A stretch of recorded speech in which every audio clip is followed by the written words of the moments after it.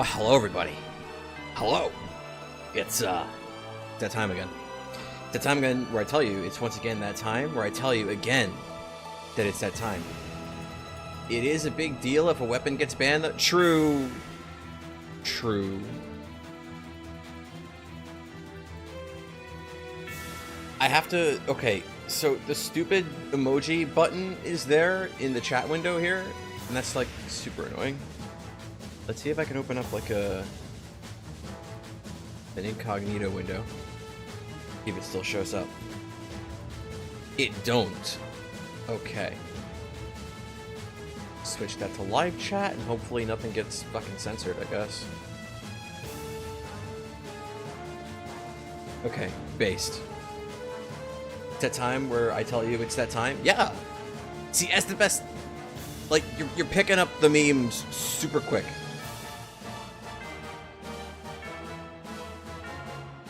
That's good shit.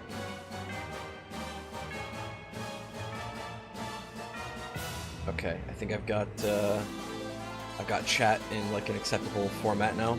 That's good. Alright, let's go over here real quick. Let's get rid of the cell faces for a second, just to make sure we are in fact on live chat. And we are in fact on live chat, so let's bring them right back. Also, best forever, my man, I can't believe you don't know. I can't believe you didn't know about the KeA Penguin.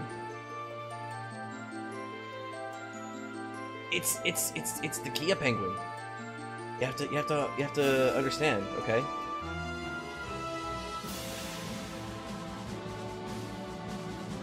Okay? You have to... Fuck, I can't do this fast enough. I can't do it like the game does it. Okay?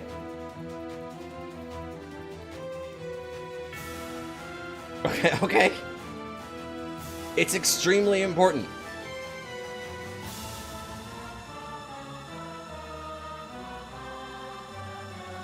The whole story was built up at that very moment. Exactly. 1,000,000%. Literally nothing that happens after this point is important.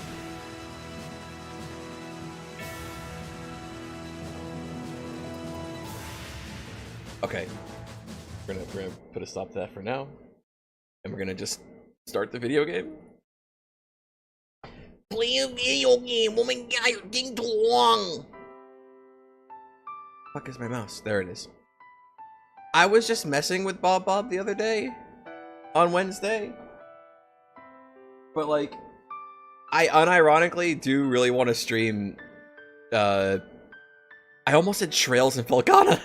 I unironically kind of really want to stream Oath in Felghana again. That was like the first Ys game I streamed. I streamed it like, must have been like 2019, because that was when that's when I first started streaming.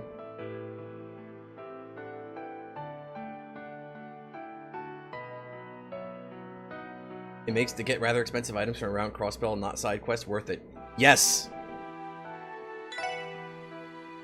1,000,000,000%.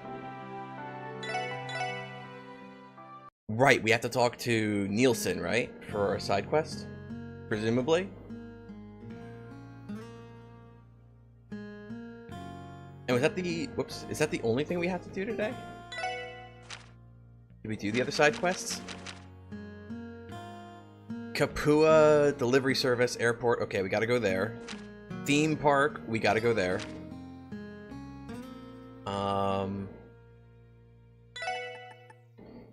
We gotta go to the Hayworth residence.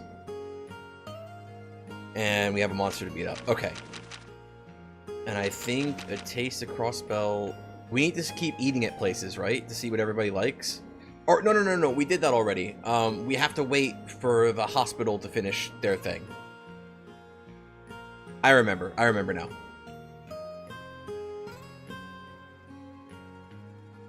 Let's just notice that KeA is the girl on the cover of the game. Yes.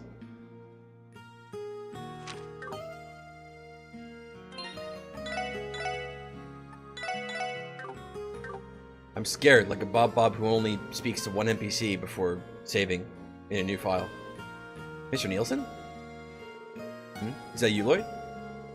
Yes, hello again. I'm glad you remember me. Haha. I never thought the voices of Ite. Never thought the voices of those I can't read. I never forget the voices of those I have the pleasure of interviewing.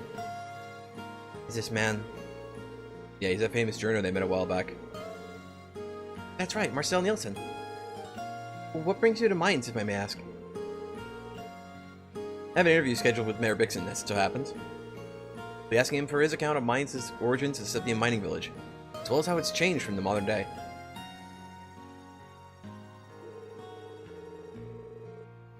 With the topic of independence looming over Crossbell, I thought it pertinent to reflect on the state's history. Not a bad idea. That's a very insightful perspective to have, for lack of a better phrase. Haha, I'll consider it a compliment. My circumstances do give me a penchant for taking things the long way around. But enough about me. I heard you all contributed to stopping the terrorist attack at the trade conference. With that in mind, I have the urge to interview you about the matter. Would you mind terribly? You see, there are several lingering questions I have regarding the motivations behind that attack. I suspect speaking with you will help me uncover the meaning of it all. The meaning behind the terrorist attack? That may be difficult to divulge. He was right. Information about that case is restricted to members of the state government and police force. Even if we do take your questions, we'll be pretty limited in what we can disclose. That's understandable, and well within my expectations. Nevertheless, I still believe there's merit to be had discussing the matter. What do you say? Our last interview with him was definitely insightful. Participating in the second one could be a good idea if we have the time. Sure. Alright, we'll agree to your interview. Splendid, thank you for your time. Let's begin right away then.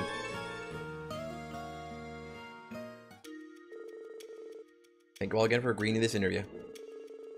Our topic of this section is the recent terrorist attack that occurred at the Western Miri Trade Conference. To begin, I would like to confirm the identity of the perpetrators involved. Could you do that for me, Lloyd? Lots of them. Two terrorist cells from within the major powers are working in conjunction with one another. One was the Imperial Liberation Front from Erevonia. The other was comprised of members of Calvert's anti-immigration faction. That's right, those were indeed the parties responsible.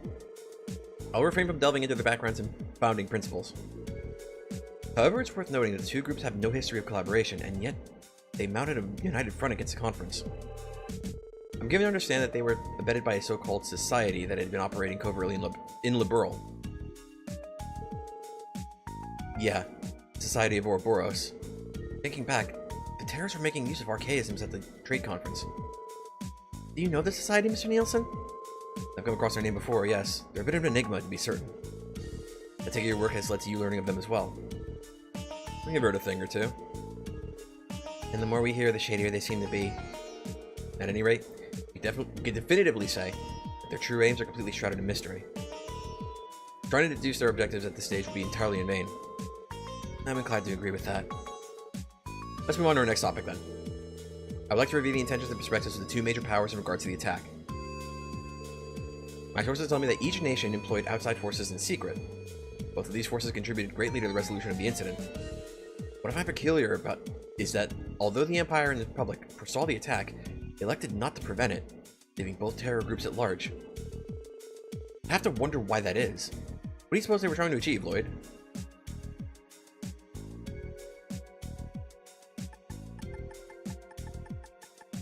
Fuck, I never found this on my first go-round.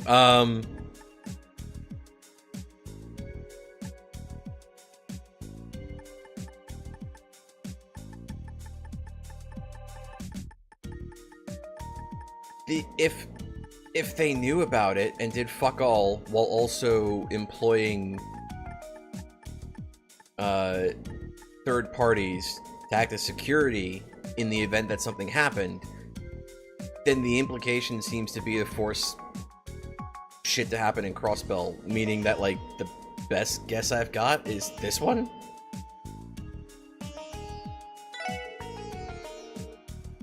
That terrorist attack was a testament to our state security struggles. They must have allowed it to happen to force Mayor Croy to resign. Wait, no, that's too crazy of a conspiracy theory. Fuck!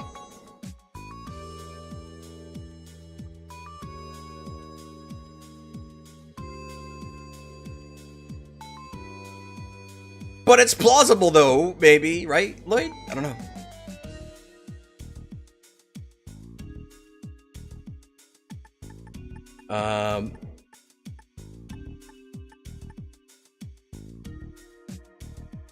Bro, I don't remember.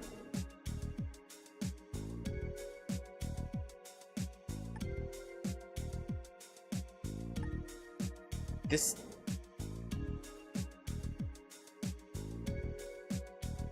I mean, okay, I guess in the case of the ILF, all but one were killed. It wasn't third choice. It wasn't force Mayor Croy to resign.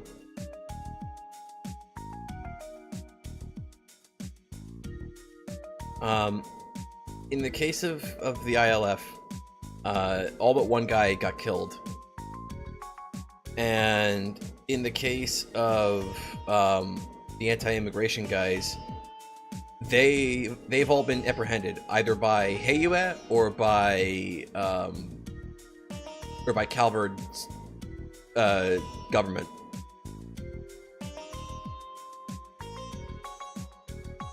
Second, the question is, what is? Well, I can't like go and see what he said specifically, but saying what, like, in regards to Osborne and Rocksmith, what was their objective in letting the terrorists attack them if they knew it was going to happen?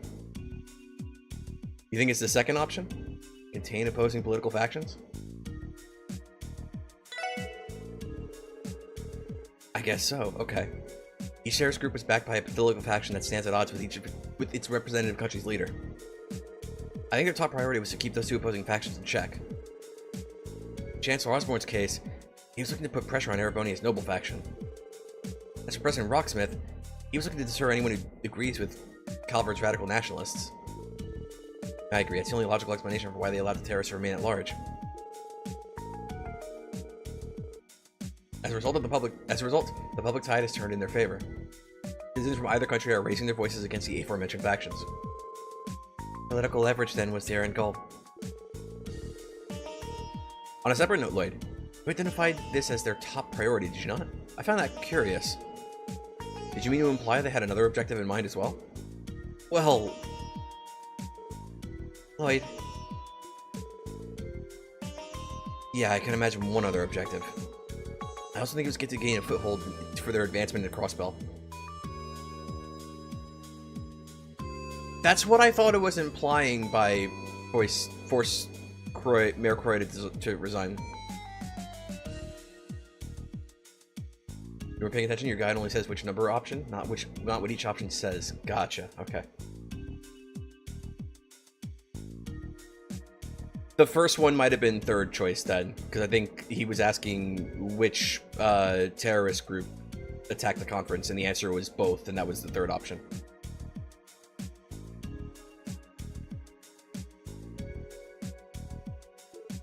Oh? Crossbell is in their crosshairs, so to speak.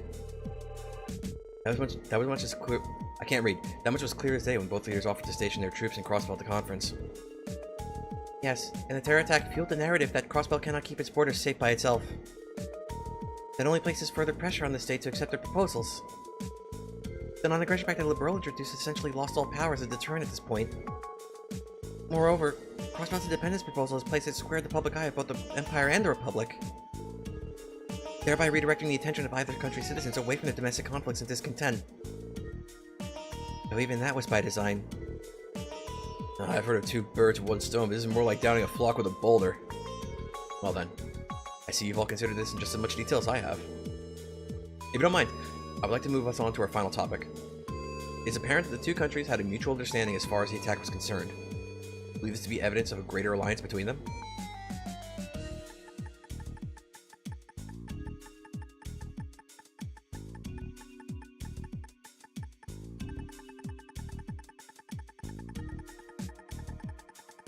The implication to me, based on everything we saw in Zero, and if we take what happened at the conference to be a result of the things we saw in Zero, then like Kalika and Lecter constantly meeting with each other would suggest yes, right? I'm gonna say number one. Fuck! Can they form a temporary alliance? Is that possible? No, it can't be that simple. Okay, out of the question. I can't look. We've been memed so hard into believing okay? That they hate each other enough? They're like, it's gotta be, there's no way it's permanent. And temporary was my guess. No, I think it's out of the question. Ultimately, they both have the same objective. Sole possession of Crossbell. Yes, that's exactly right. In the end, the incident at the conference was no more than a one-time instance of them acting in lockstep. Imagine it. Well, like, both countries' glowies were talking to each other, okay? It had me thinking, okay, wait, no, but that doesn't make any sense, because, like, Croy wouldn't have been mayor yet, and there wasn't a Cimmerian trade conference yet. Right? Like, that was the first time it happened? My brain is fucking empty right now. I don't know why, but I feel kind of... I felt kind of like shit before the stream started. I feel better now, but, like... Furthermore, Crossbell is simply too valuable for either country to let it remain as a simple buffer zone. There's no room for allyship if each aspires to take it for themselves.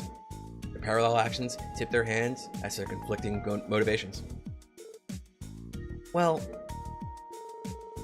for a blind man, your aim is impressive. This is all just a warm before the real thing. Eventually, they're going to get a... I can't read. Yes, I imagine the war of intelligence they're waging only worsen from here.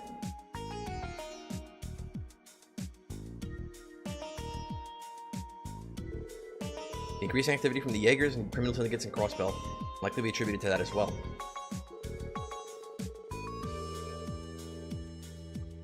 Fortunate as it is, I would not be surprised to see a resurgence of inexplicable incidents such as those from Crossbell's past.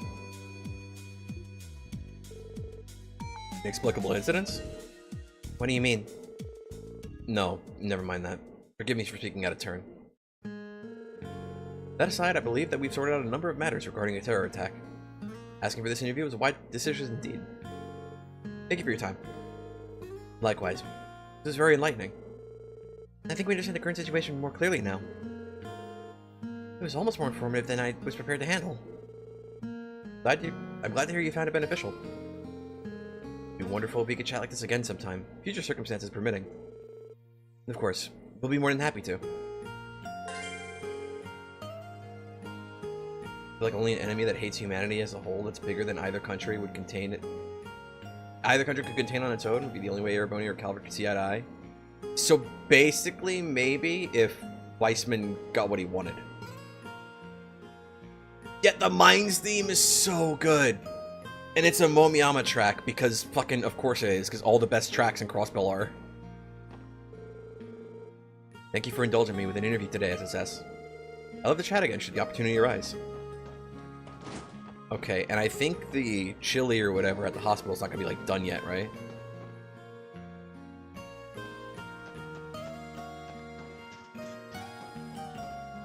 Yosh, 行くか。どこに行こうかな。 Like it's still gonna be another day? 行くぞ。よし、着いたぞ。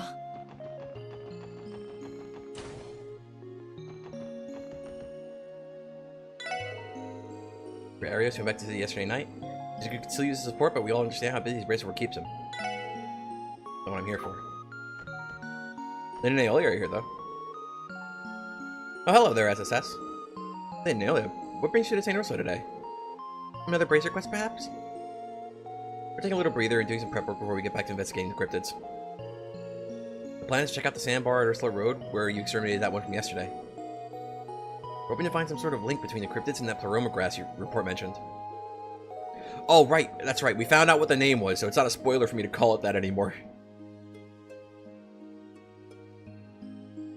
Oh, and Arios is back to work, just so you know.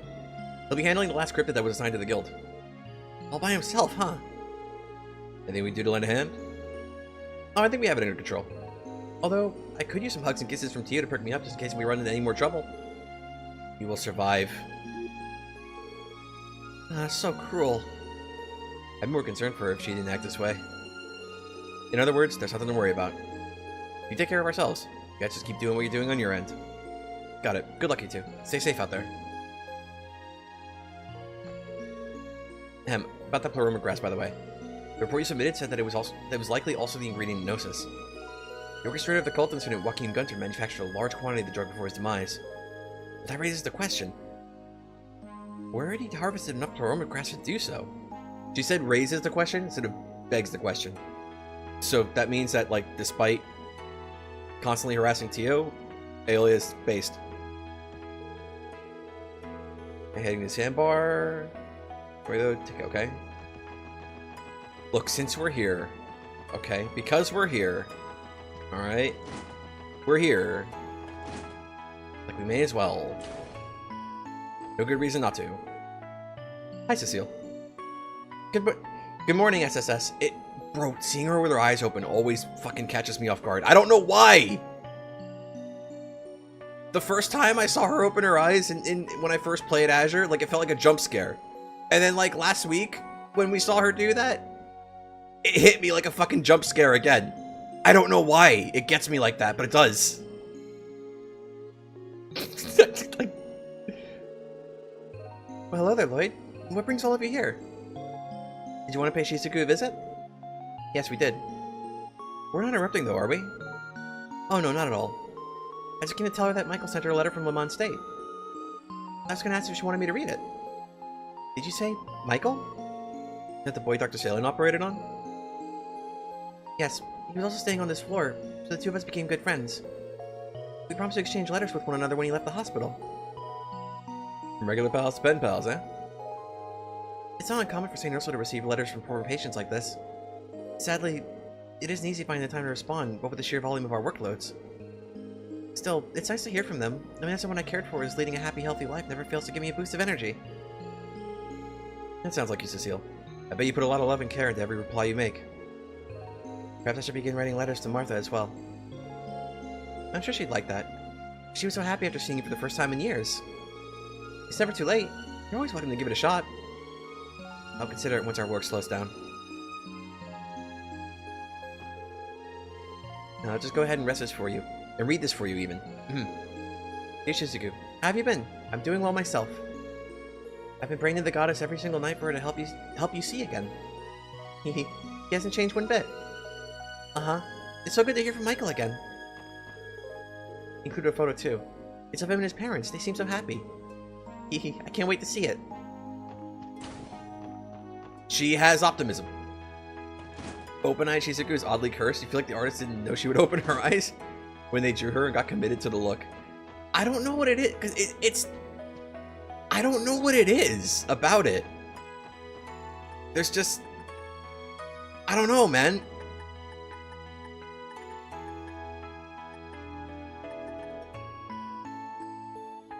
It might have something to do with the color. Like, they're more black than they are color compared to, like, everybody else's eyes. Maybe that has something to do with it. Or maybe that could just be a meme about her eyesight. Because she can't really, like, see. She can only just sort of sense light right now. As far as we've been told. But, yeah, I don't know what it is, man. It's not that it looks bad or awful or weird. It's that, like, there's something... There's just something about it that I can't quite, like, explain.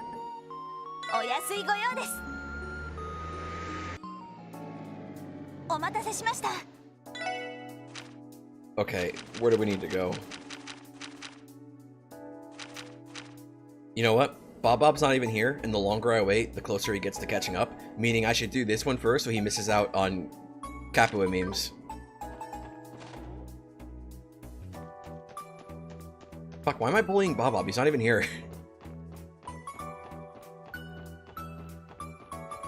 That condition she describes is a real life thing. Oh yeah, I'm aware. It's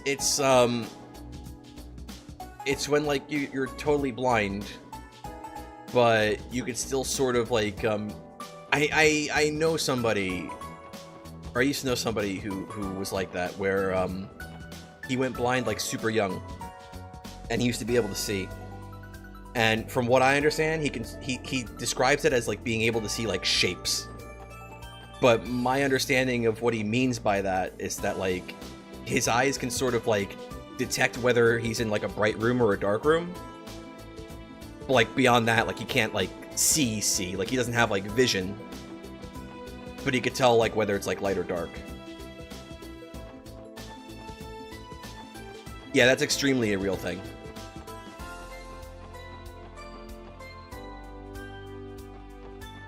I think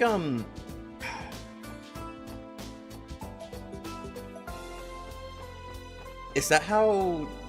I think that's how Tommy Edison described seeing, for lack of a better term, as well. In, like, one video where he kind of, like, described how his blindness feels like. Here he is. Excuse me, are you with the Capo Delivery Service? Yeah, I am. Who are you guys? We're with the Special Support Section of the Crossbell Police. Folks who suffer from that condition often develop photophobia. Like fear of being in bright places or something? Interesting.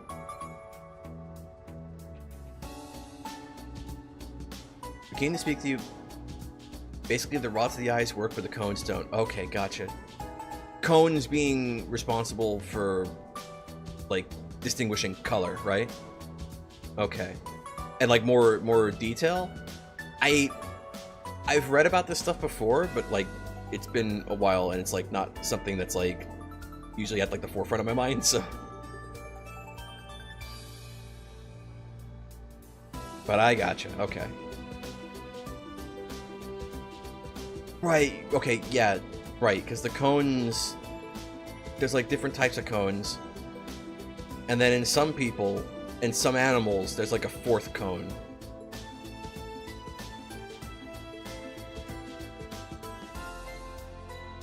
And so inputs basically amount to, yes, there is light, and also no light detected. Okay. Can you speak with you about the support request you submitted? Oh, so it is you. Thanks a bunch. Thanks a bunch. I'm in a real bind here. Like, the best thing I can possibly imagine that it compares to, even though it probably doesn't compare to it at all, is, like, if you close your eyes and just try to see through your eyelids. Even though I'm pretty sure that is absolutely not even, like, close to a one-to-one comparison. It's like the closest, like, parallel I can imagine.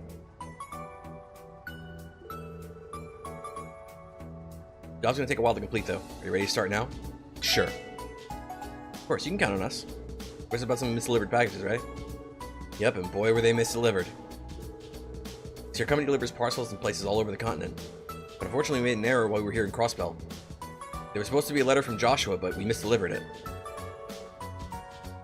Several packages were listed with incorrect addresses by our staff and sent to the wrong locations.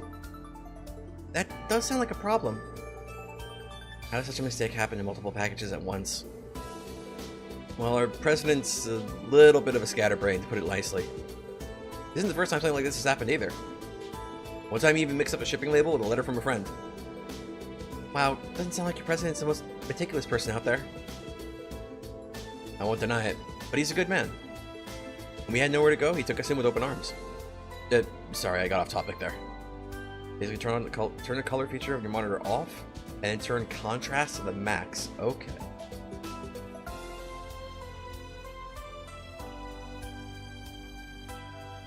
I can imagine, I can sort of imagine what that looks like. Probably not also like a one-to-one comparison, because like with a monitor you'd have like I feel like there'd still be like too much definition there to really compare. But that is also an interesting comparison. That probably is also like, while not super accurate, like close to what it probably looks like. And again, you can't even really say that looks like something or is seeing, because like kind of sort of not, right? Long story short, I need you to help straighten out all the packages that ended up in the wrong addresses. Usually have a local shipping company handle the cargo once it gets to Crossbell State, so I have no idea where I'd have no idea where I was going. Sounds simple enough. You haven't have a beat on where all the errant deliveries are? Ah, yes, according to what I have here, parcel intended for St. Ursula Hospital ended up at Mines near Siegel Inn. Ziegel? What St. Ursula received instead was originally bound for a private home in the residential district. I'd like for you to go to each of those places, reclaim the misdelivered packages, and get them the rightful recipients. Oh, you're also going to need these. Take it as a package that was supposed to go to Der Siegel? And the shipping label was supposed to be attached to the one that was delivered to St. Ursula. That's right. First off, deliver this little parcel to the inn. And the package there should go to St. Ursula Hospital, which means you have to swap them with, you know, the more I try to sort this out in my head, the more confusing it gets. But basically, we just need to exchange and redeliver the packages in order. Yes, do that. Sorry, I know this is a mess, but I'm counting on your help. Don't worry, I think we can handle it. Start by going to the inn and Mines first.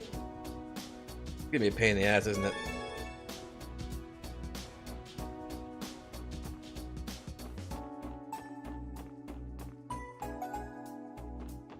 Okay. Where is the monster we have to beat up exactly again? West Crossbell Highway. Should we do that now? Should we do that after we handle Josette memes? Is it gonna be close? Probably not, right?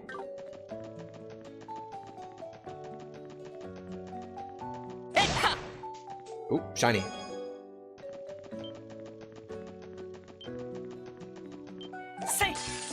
You fucker.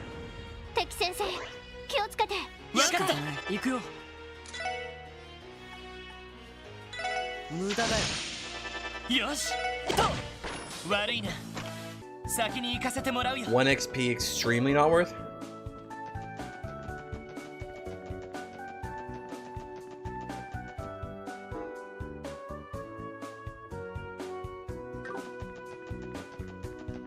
This opens.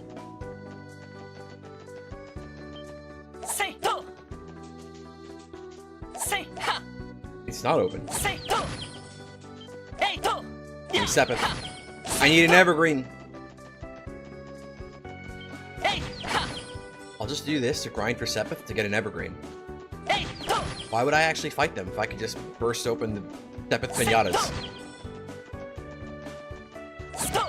Why didn't I think of this earlier? Oh right, because I fucking hate grinding.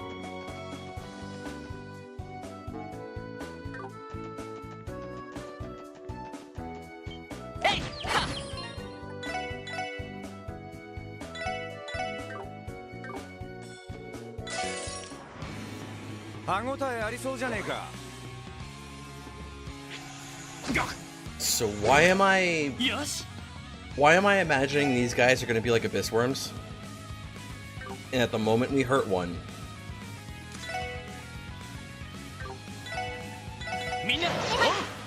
that's the moment we have regrets. Or regrets, even.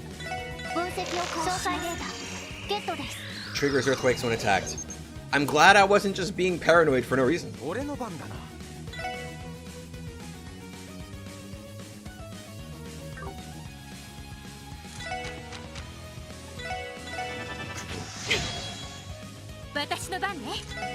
Okay, alright, okay. Hang on. Hang on.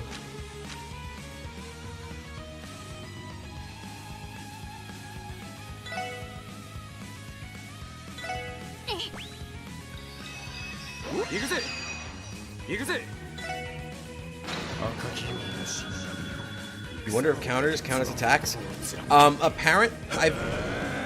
don't know if it was this chat or Bob's chat, but I've heard that they don't, but I'm not sure if they do.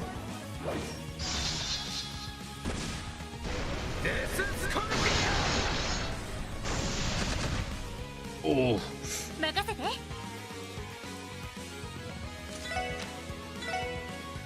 Do you think this will work? Do you think this will be good?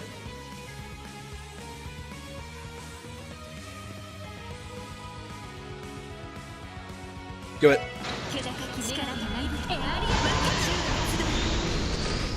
That wasn't good. します。位相空間に That was bad. 絶対障壁の個別展開。 That was the very definition of no, you're fucked.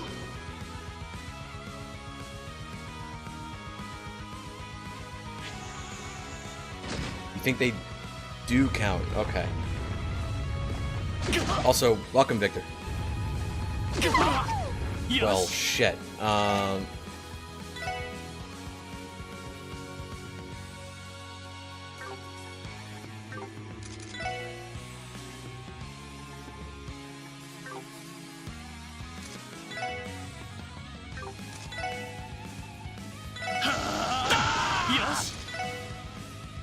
I fucked up, but it's fine.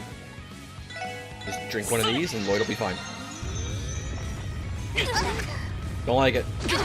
Hate this. Fuck. ダメです。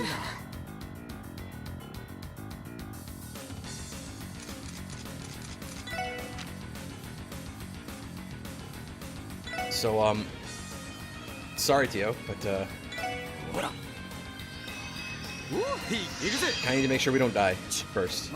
Primarily.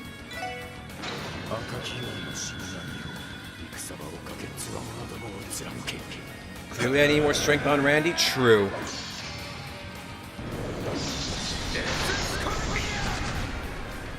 Are you fucking shitting me?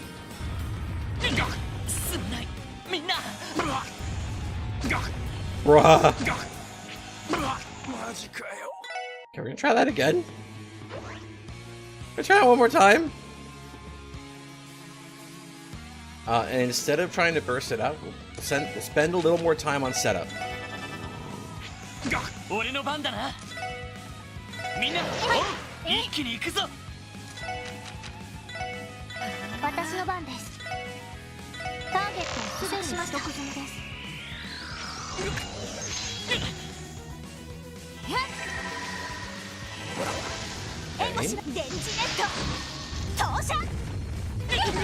Fucking Noel, why? Why have you done this to me? Look what she did!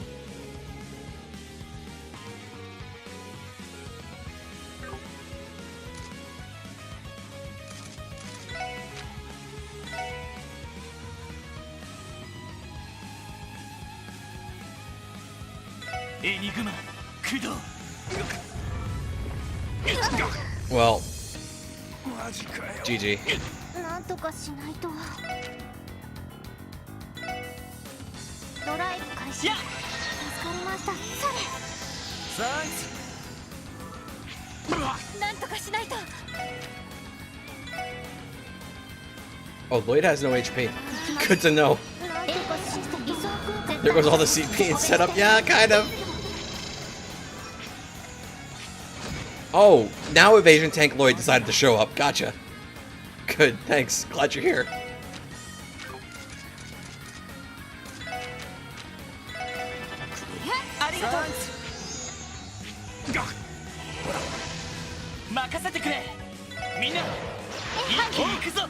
Okay, we're almost there. We're almost there. We're almost there. Just one war cry and it'll work.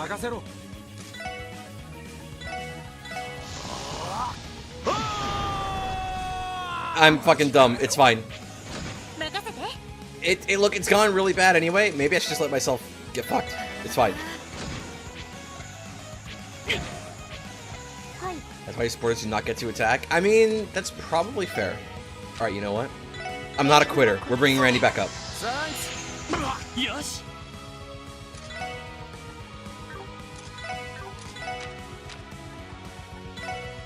Which ones did Noel hit? These ones over here, right?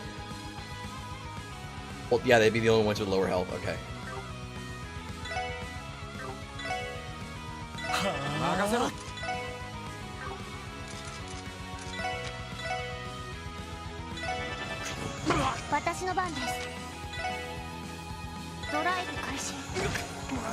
Well, okay. You know, lore accurate war cry where it just makes you an unstoppable killing machine? True. Remember in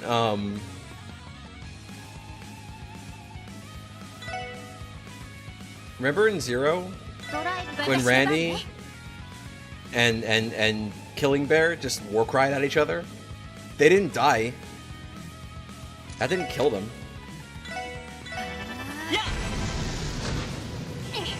Well, that did nothing.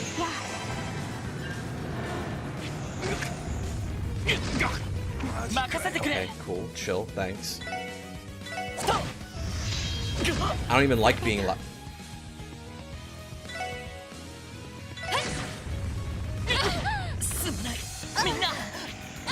For a second, that looked like it had a small AoE, but they might have still been immune from Zero Field. はい分析をすでに取得済みです Okay. Alright. Not immune to AT delay. Not immune to Death Blow either. Huh. Think. Is it worth? Do I dare to try?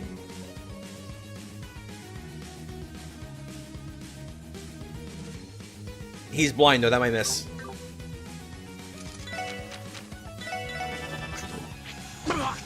任せてくれみんな一気に行くぞ Wait. ほら行くぜおっしゃ Okay, this is gonna hurt a lot. But okay.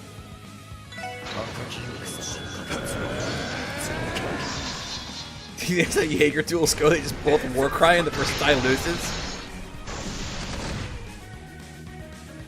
Maybe that's how the battle between Zephyr's leader and Randy's dad went.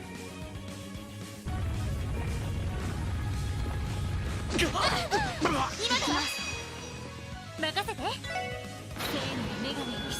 They both war cried and they did it for so long, and neither of them gave up, that they both just kind of gave out at the same time. ありがとうございました行きます AI システム開放します位相空間のアクセス絶対障壁個別展開ゼロフィール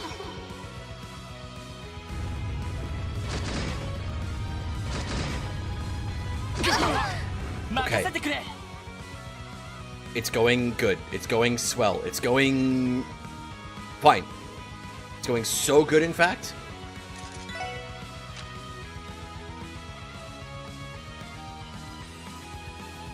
None of this is enough.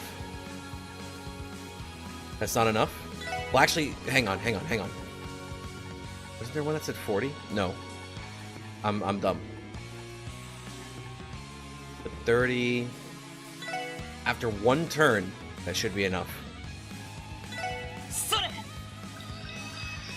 いけるじゃん There we go. 行くぜ行くぜ I could wait for the crit, but it's gonna come way too late.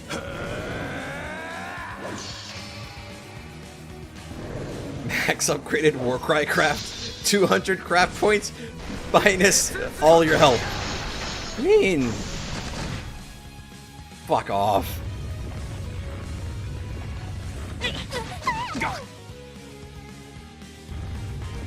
Okay, it's fine. Tio can survive one more.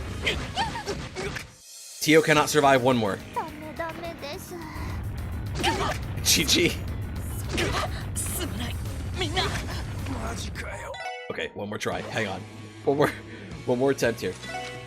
Except maybe this time we don't 任せて have くれ Randy Death Scorpion literally everything because I don't have enough strength on him. みんな一気に行くぞ 任せて Also, this would probably help if I kept casting this, right? One would think. ドライブ開始や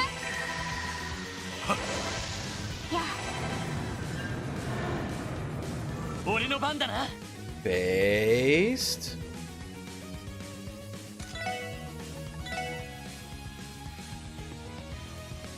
They're not immune to seal.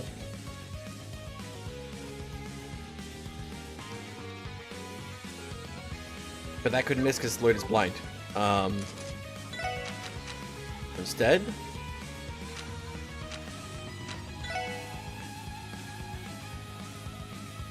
I forget, blue speed means it's been lowered all the way, right? As far as it's going to go. It can't stack anymore after that.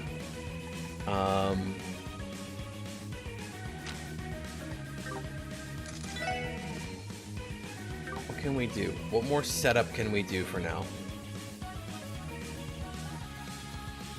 You want to wait for 10 minutes and you see we're still here? Look, listen, okay? Monster exterminations are like my NPC chats, okay? This is where we're going to spend most of our time. Especially at the beginning of a new chapter when I can barely afford new equipment. Is Strength Randy the best? Irrelevant, it's satisfying. True.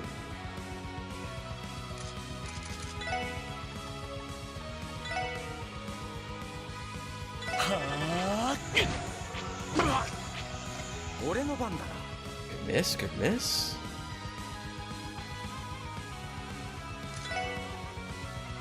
That storm is 30. Randy is blind.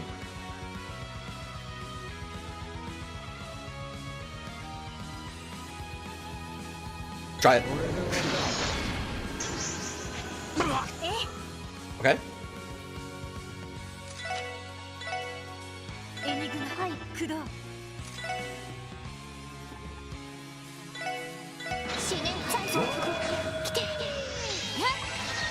What's he gonna do for us? Based?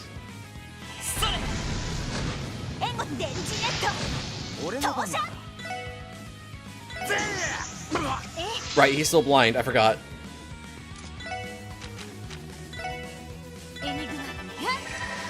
Yes.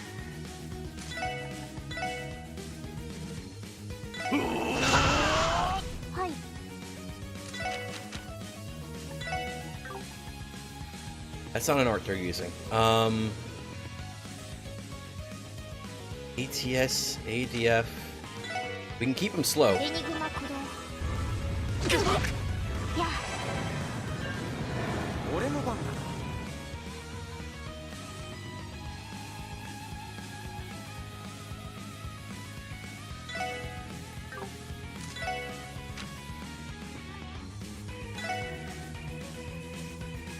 Should I just go for it, or should I wait for a crit? They have lower defense, and Randy is sped up. It might be worth, but only on a crit. Defense up could be helpful? True. Okay, let's hold off on that then.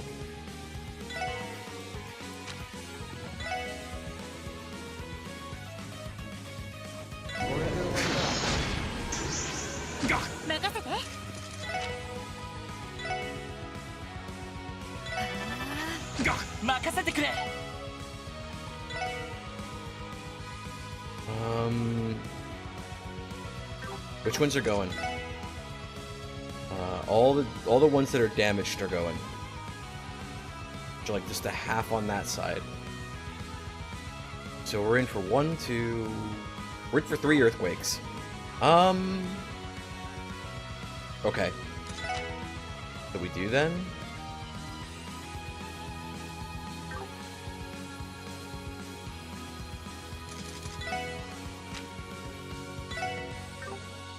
Oh, 60 is fine.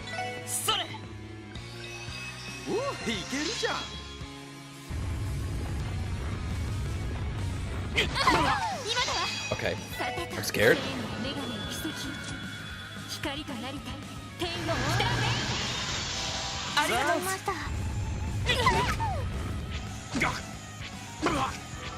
One more earthquake? No. Okay. So now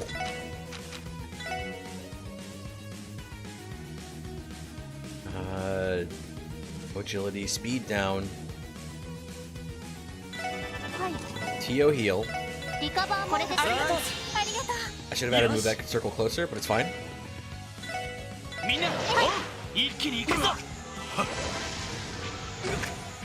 Oh, shit. Which one is that? A damaged one. That's going to be an earthquake. So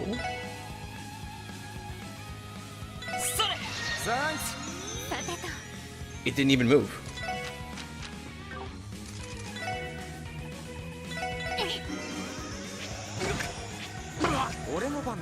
Okay, alright. So it's not good. It's not great, but...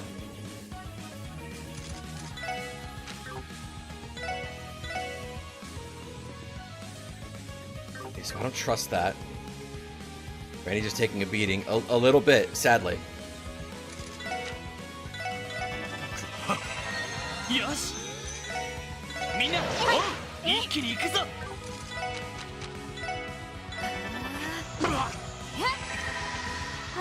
Okay, and then... Any good memes?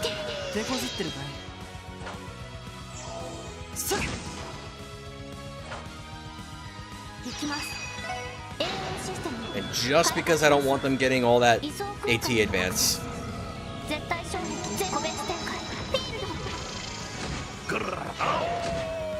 Based.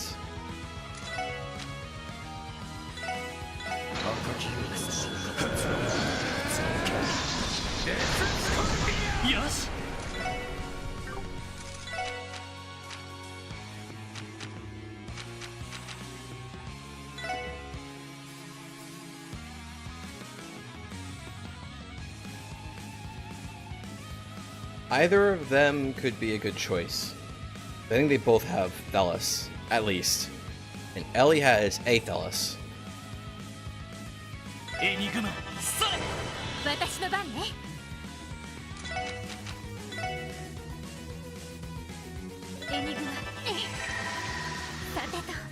Very good. And what's on tap here? We can speed them down even more, though it's not really necessary. Well, that one, those two over there can use some speed down.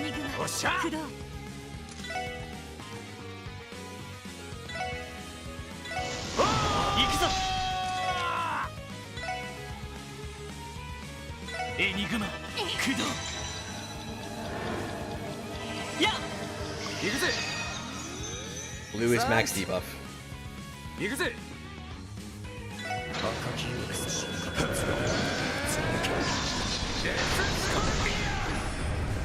That's only two? Fuck off. No. Bruh.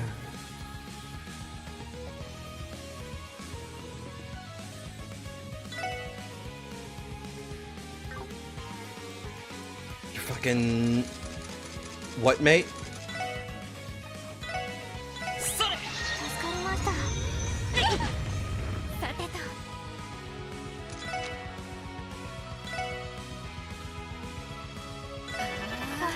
Okay, do we energy circle or do we call sight? Do we call the dog? Might be better to call the dog. But when is he gonna go? That's an important meme.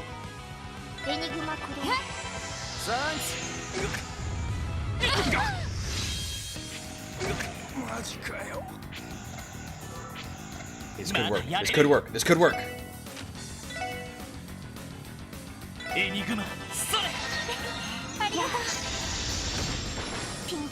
That's two.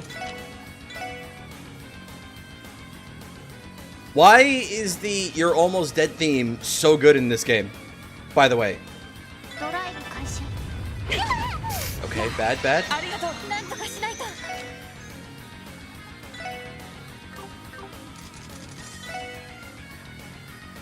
They are all damaged. How much does she need? 2? So cat food's not going to be enough. Also, cat food doesn't heal crap points. Never mind. The special omelet rice. It's a little overkill, but it might just do it. That buys us at least 2 hits, and then Tio dies. No, wait, she's not gonna die because she heals.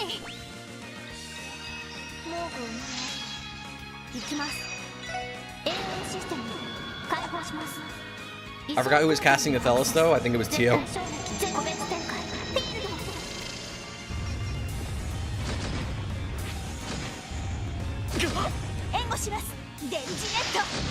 Thanks for nothing, Noel.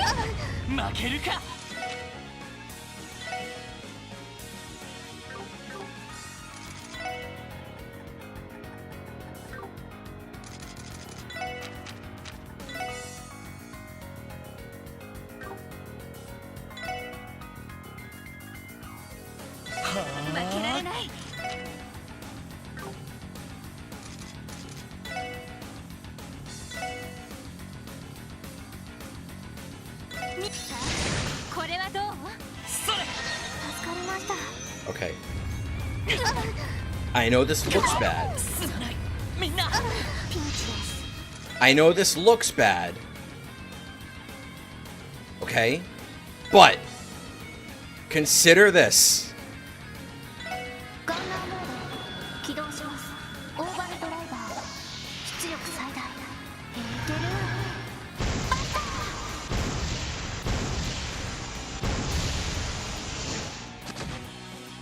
The killer guitar section? But there's guitar. Fuck off. ダメ。 Actually, fuck you, surviving with like 1 health, bro. え？ I'm actually pissed off. 俺の番だな。行くぞ。 I'm actually unreasonably upset right now. 一気に行くぞ。死ねチャンスを来て。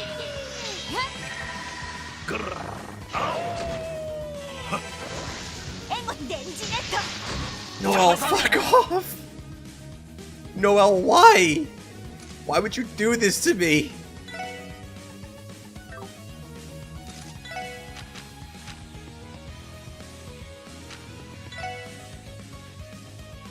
エニグマはい。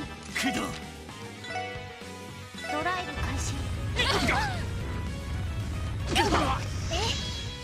Thanks for fucking nothing, Noel. So I don't know if agility is actually helping us.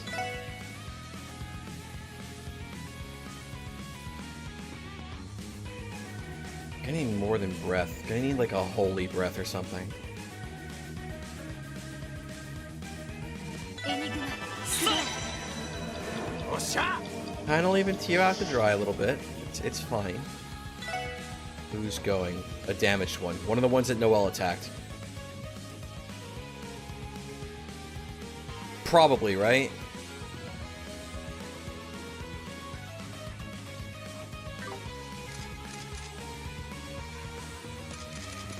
That's probably the right move to make. Especially since I don't think her net craft usually comes that handy.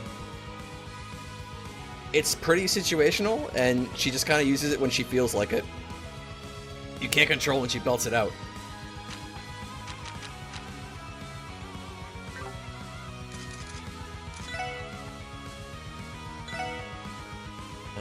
I have a feeling we're just gonna miss.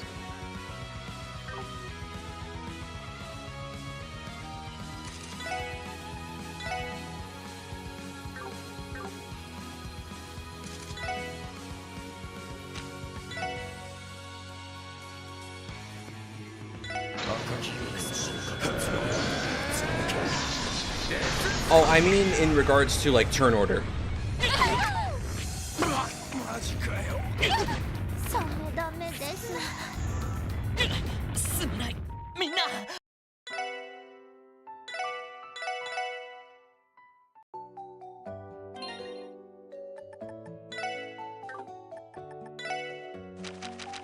Hey.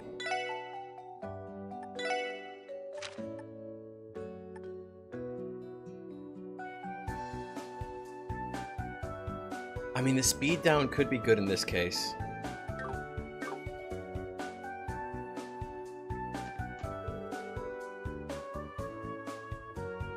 So Bobo's gonna Genesis Flood one-shot a whole bunch of them with an overpowered art setup. And they're not even weak to fucking... what's it called? They're not even weak to water, but the AT advance? Yeah, there's AT advance. That's probably better, right? But like delay and speed down too, they're both good memes. But maybe for this specific fight, we turn this one off. 強そうね。みんな気をつけて。了解です。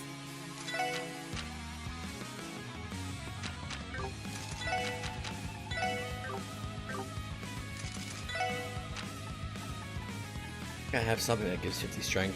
Here we go. He's not gonna get enough craft points by the end, though. Okay, you know what? Forget speed memes. We'll do the same setup memes that we did before.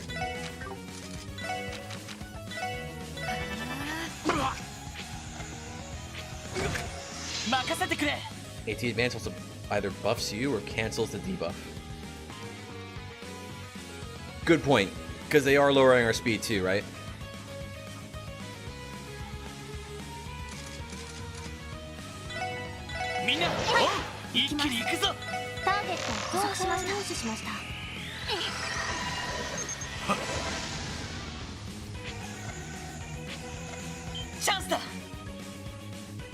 I don't think we want to do this.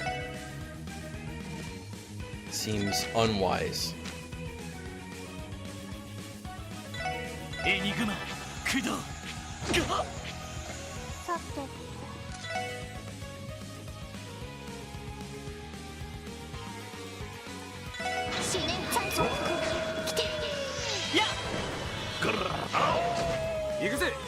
Cool, cool.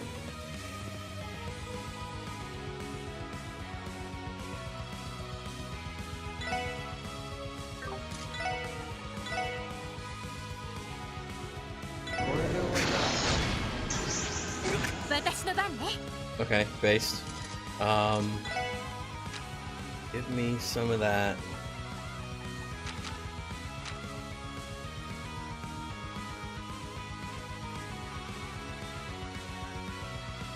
Blindness affects agility. That explains a lot.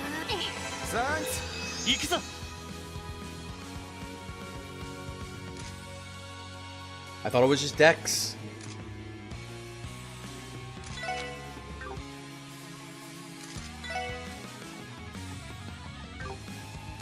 Okay, what can we do here?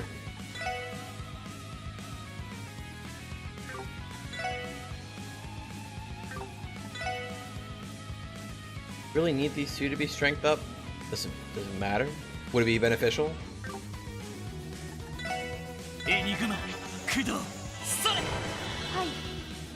Crest might be helpful in any case, though. Damn, okay.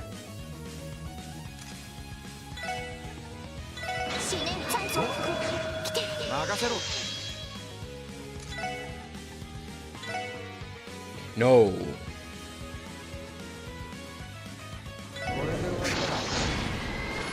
Yo, he landed it. Zeit.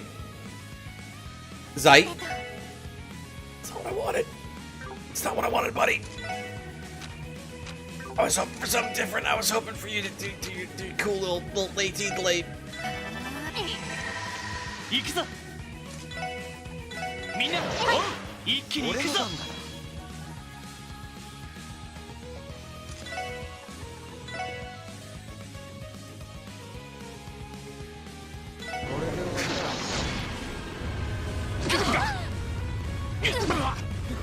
Okay, that did not work. Don't know why I tried it.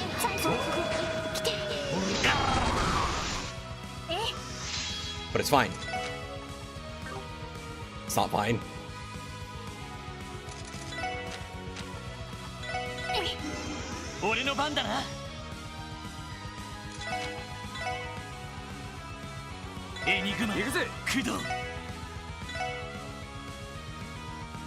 I guess now it doesn't matter, right?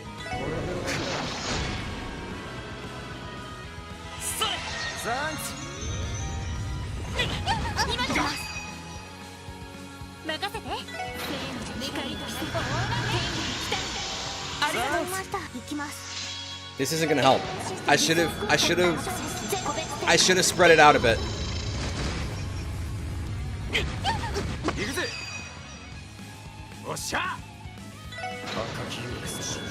All that lowered defense though. Is it enough? It's not enough. Okay,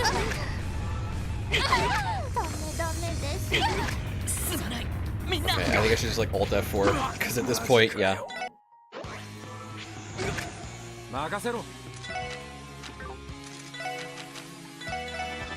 That could have gone better.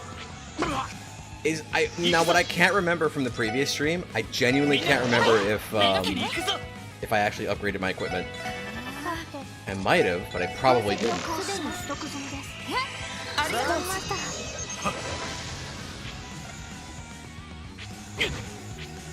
俺の番だな。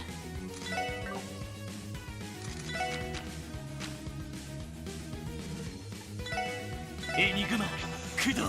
行くぜ。Why'd I pick? I almost called him Zeit. Why'd I pick Randy? Could have picked anybody else.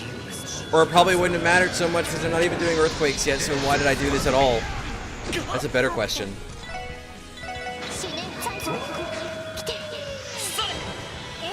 My brain is breaking, dude.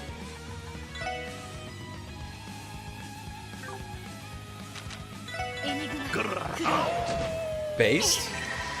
任せてくれ。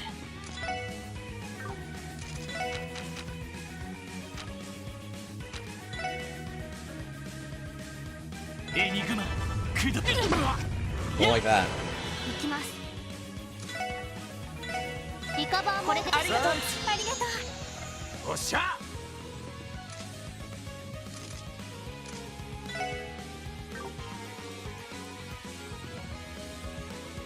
They don't quake when you hit them with spells?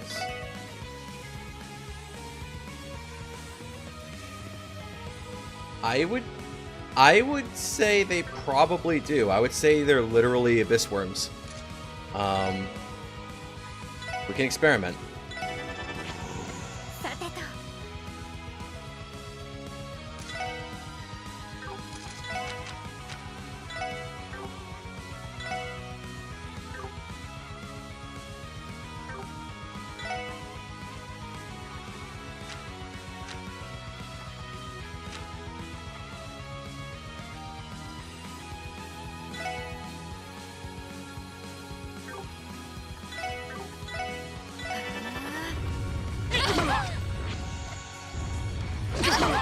One Randy's about to cast on hasn't been quaking. And that's the one all the way to the right.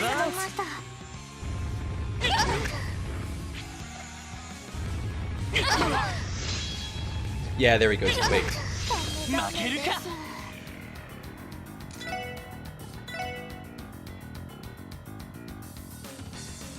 Don't all have the ATS to really like pull off just casting non-stop, I don't think.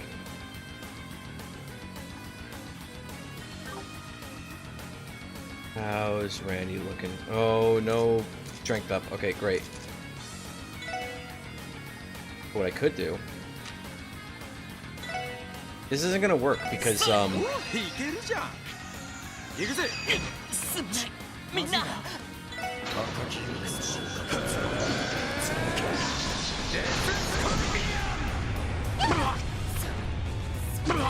okay, it's fine.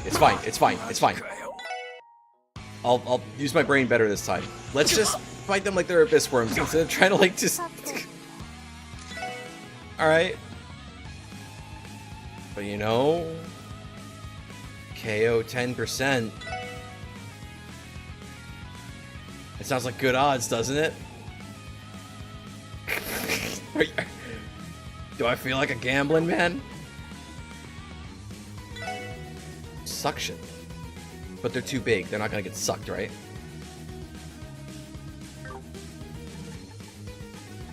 Flammable abyss worms. Something like that, yeah.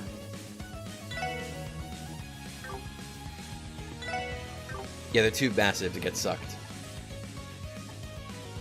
Confused. They're immune to confuse. Interestingly, they're not immune to death blow. I'm starting to sound like Bob fighting the high-level spider chest. Ow! How so?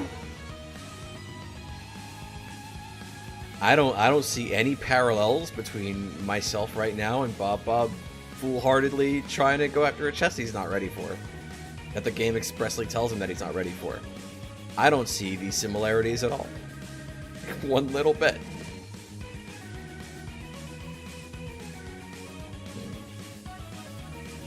And is it worth? Probably not. Let's stick to let's lay down some setup first.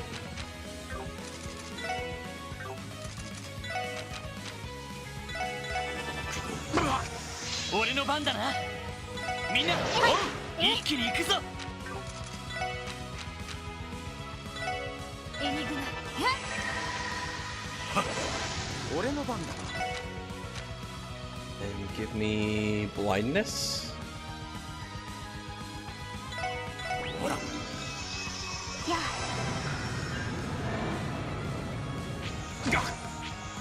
よし。 Very good.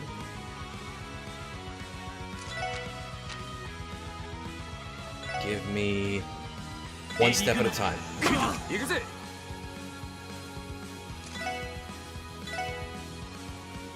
Now they are not immune to AT delay, as we well know by this point. Are they immune to blind? Yes, never mind. They're not immune to burn though. Can I burn?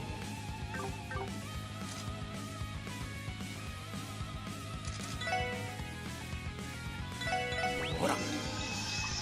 私の番ね。エニグマ。手こずってるかい。 Thank you, Ozzy. エニグマ。任せろ。ぜや。私の番ね。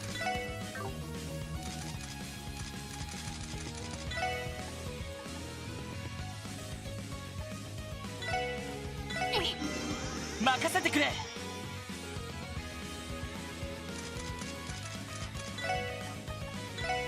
エニグマ。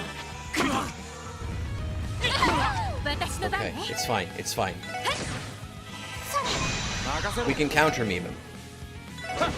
それ。はい。 There, just treat it like the Abyss Worm battle in fucking second chapter.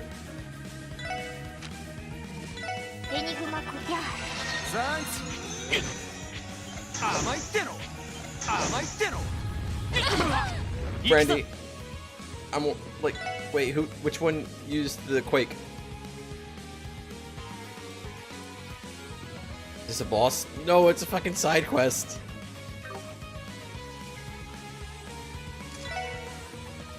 みんな、一気に行くぞ。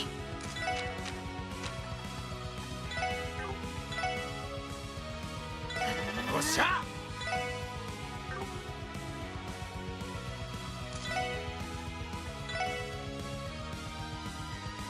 そうだ。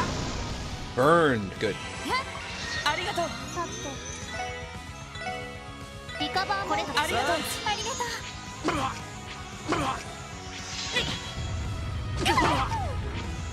任せて。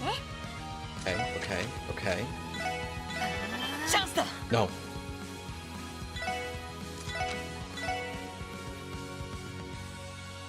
はあ。それ。サンキ。 Good. 任せろ。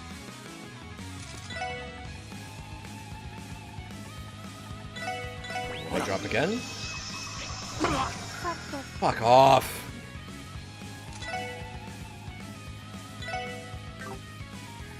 思念最初。来て。甘いっての。皆さん、大丈夫。行くぜ。 Nice.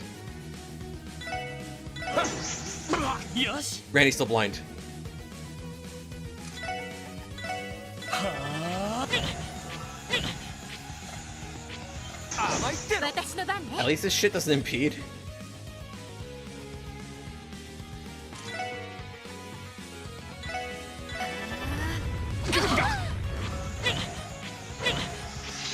行きます。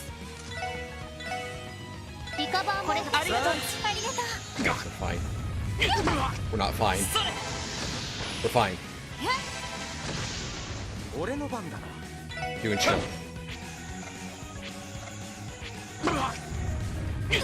We're not chill. 行くぞ。 But I'll pretend like we are. Because it's better for morale.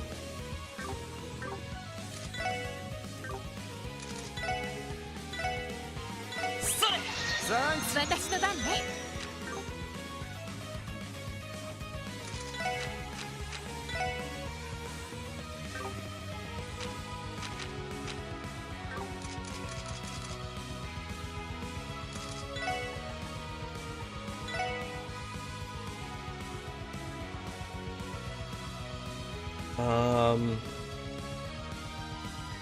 Probably want Tio, right? はい砕け散れ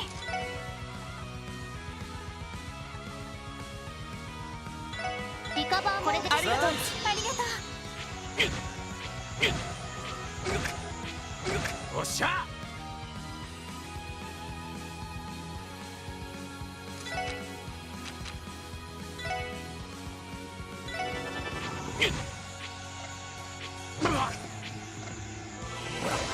俺の Did 番 it だ just な give up on quaking? Because this one was quaking.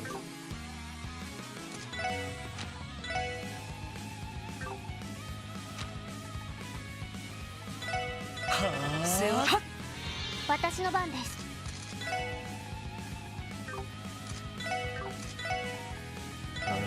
Call a dog? Hopefully he doesn't just attack everything. Crit dodging a near death like a boss, pretty much.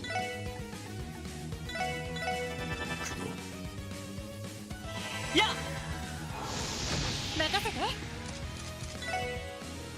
Okay. What can we do here?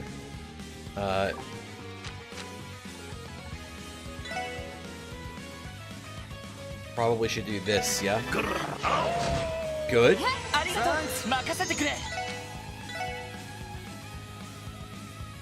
あそれ私の番ね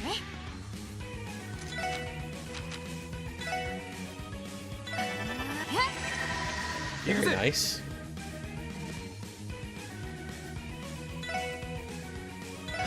行くぞ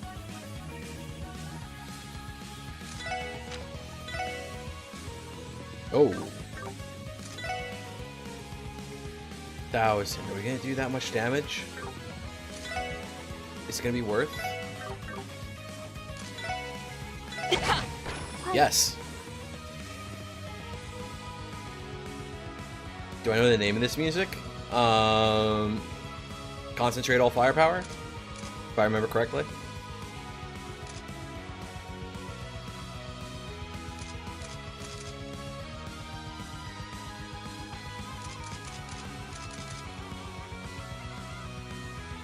Okay, what do we do here?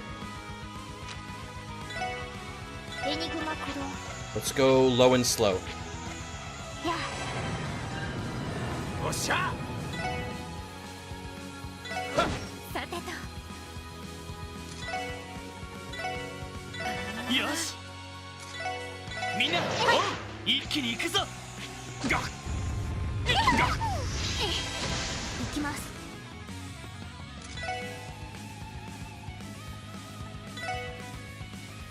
リカバーこれありがとうありがとう俺の番だな Okay. みんな Lloyd could use the crit, but I need Randy's strength to be up.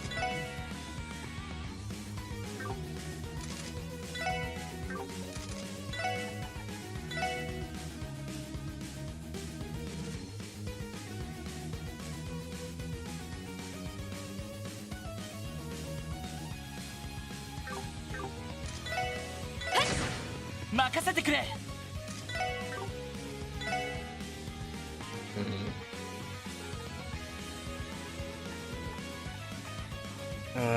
The enemy's getting either of those is bad, but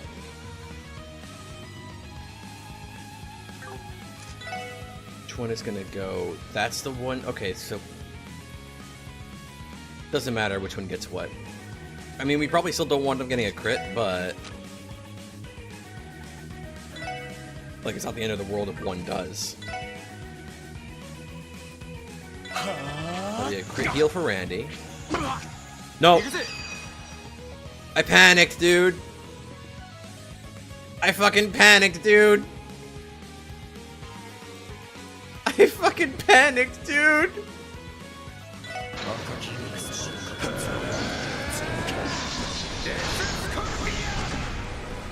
Yo! No, it's still fucking alive. Never mind, I rescind that. Yo! And I got scared again.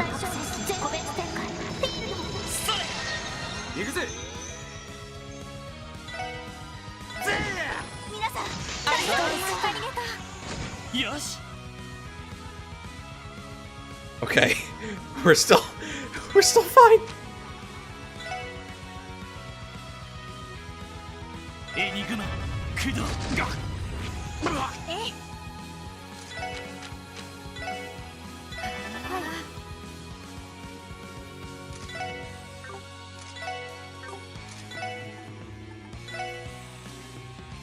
ドライブ開始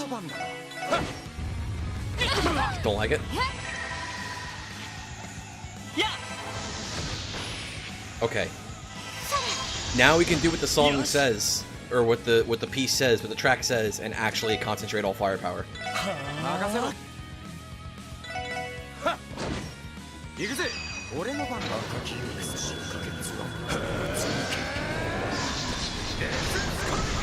行くぞ Fuck off. さあ行くぞタイガー That Lloyd scream is how I feel right now. よし上出来だ さすがですね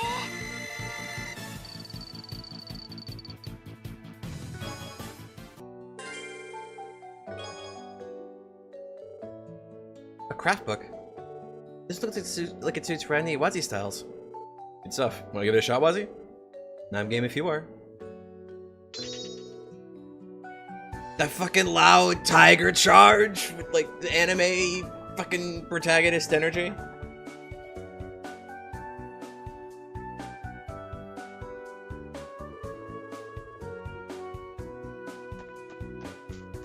The only thing that tops it is Rising Sun. Because he just sounds even more pissed off when he does it.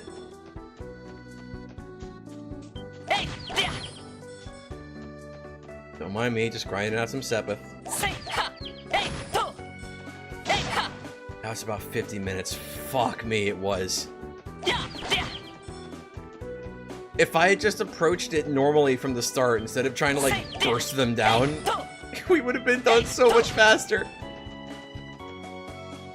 Oh no, Bob's gonna catch up to me! He's gonna start coming in my chat and telling me to get good and he's gonna start saying shit like, "You're not even playing on Nightmare, bro. What's it so hard for you, huh?" Get back here. Do you think Zeit sees what I'm doing with these dogs and gets offended?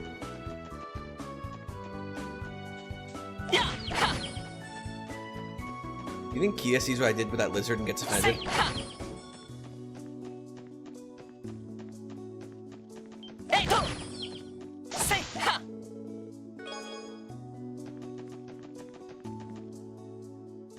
So the reason we need to come all the way here is because I need to catch the bus back because I didn't take the car.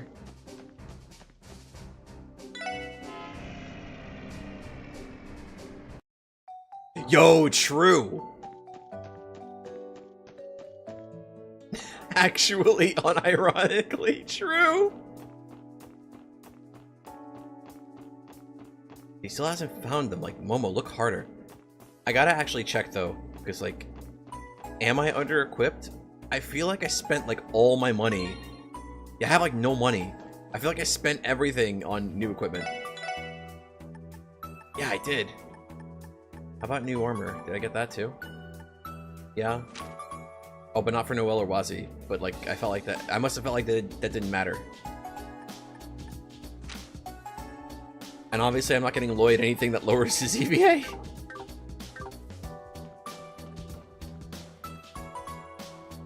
Azure does a good job making you feel poor all the time. God damn, does it ever. And you have to figure out, like, do you want to get that early game evergreen, or do you want fucking orbment slots? Have fun, dummy.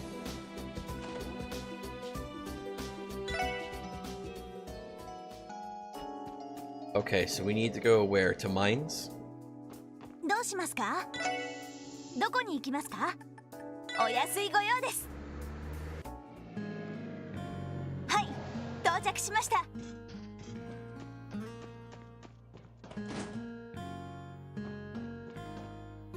If it's been take Mira on the car paintings, the best use of your money? True.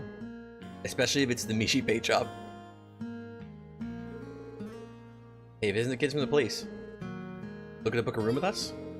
Not quite. We came to ask about a case we're working on. Have you received any strange packages recently by any chance? Strange packages? Oh, as a matter of fact, the most peculiar delivery came in earlier. Why anyone thought to send it to us, I couldn't even begin to guess. You happen to know something about it? Jackpot. Well, actually, we'll explain the situation regarding the misdelivered packages. Oh, so that's what happened. The package we received was supposed to go to St. Ursula then. No wonder it was chock full of scalpels and such. I can only imagine how disconcerting it was when they suddenly arrived. You don't know the half of it. Uka got so spooked she was hell bent on throwing them out with the trash tomorrow. It's a good thing we made it in time. Here, let me give you the package you were supposed to receive. Thank you very much. Now let's have a look-see. Yep, these little Burleyan drinking glasses I ordered a while back. I'm positive this package is ours. Glad to be of service. Now then, could we please have the package that was misdelivered to you? Of course, give me a moment. Here you are. I trust we'll get that to the hospital where it should be. Thanks, we will. Alright, let's drop by St. Ursula Hospital next. You should inquire at the reception desk. Also, I checked in about the food. And the lady at the inn at the hospital didn't say anything about the food. So, presumably, it's not done yet until tomorrow.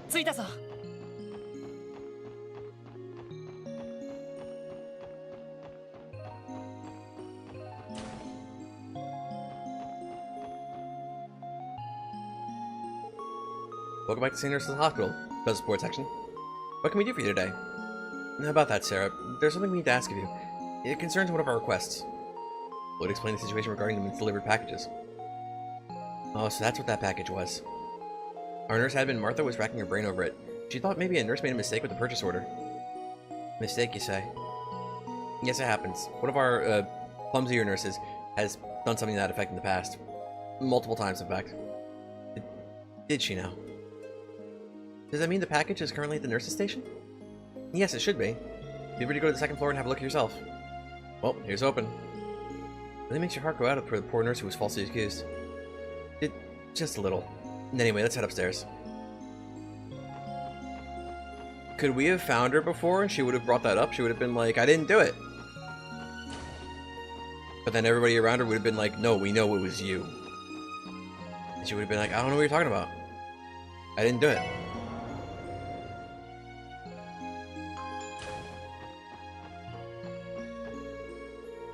Dr. Salen's going back to the drawing board to come up with a procedure to restore Shizuku's eyesight.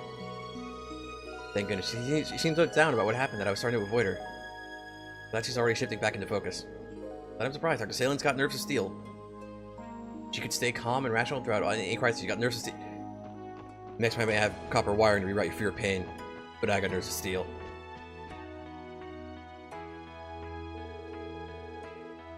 Hope you don't plan on wearing those sunglasses during a night mission. My vision is augmented. Honestly, Saron, you should be old enough to know better than this. Why is it you can't even place a simple order without making these mistakes? No, there's gotta be some other explanation. Just ask Meifa. She even watched me put the order together. I mean, sure, it took me 20 tries before I got the numbers right, but we did it eventually. Sigh. The things Meifa's got to put up with. You're so lucky she's so fond of you. Pardon us, did something happen? Hello, SSS. Cern here was tasked with placing an order for medical supplies, but we've run into problem sorts. The package that arrived didn't have any supplies. Instead, it had some sort of worn-out doll inside. Goddess knows why. Mind you, this isn't Cerone's first offense. Earlier this year, she botched an order for bedsheets, too. Oh, come on, why won't you believe me? I'm telling you, I know I got it right. Like, are you thinking the same thing I am? Yeah, there's no doubt in my mind. What are you referring to? Well, we might know a thing or two about what happened here. We'll explain the situation regarding the misdelivered packages. Lloyd asking if something happened when he already knows what happened. I mean, it's polite, right? Instead of being like anime mind reader protagonist, like going like, is this the package she was supposed to have ordered? She got it right. It just wasn't delivered here. But instead he goes like, hey, what's going on? Maybe we can help diffuse the situation here. Although, I don't know, maybe they're both kind of anime. I don't know. A misdelivery, so the package we received was never meant for us to begin with? That's right, we're currently in the middle of sorting it all out. Would this happen to be the package you were expecting? Appears to be so. These are medical tools I placed an order for. Thank you for coming all this way to deliver them to us, SSS. Suppose I owe you an apology, Saron. I hope you can forgive me. I shouldn't have jumped to conclusions like that. It's all water under the bridge now, as long as you're still not mad with me. Oh, I almost forgot. They should have put it somewhere in here. Saron dug around the inside of the package to look for something? Ah, there it is. I knew Kagemaru's trap. Since we're already placing an order, I figured I might as well add this to the package too. Isn't he just adorable? Saron, perhaps we're gonna need to have another talk after all. Sorry to interrupt, but if you wouldn't mind, could we take the package you received by mistake? We'll make sure it gets to the right person. Why, of course, just give me a moment. Ah, here it is. Be careful with it now. Thanks. We'll take it from here. Let's see, according to the shipping label that Aaron gave us, the package was meant for a private address in the residential district. Now all we have to do is deliver it, and the request will be complete. Residential district? Must be one of the homes you speak in McDonald's, then. You recognize this address, Ellie? Let me take a closer look. I think I do, but this address... If I'm not mistaken, it's the empty house right to the right of Representative Campbell's. Wait, isn't that the house people kept saying was haunted 10 years back?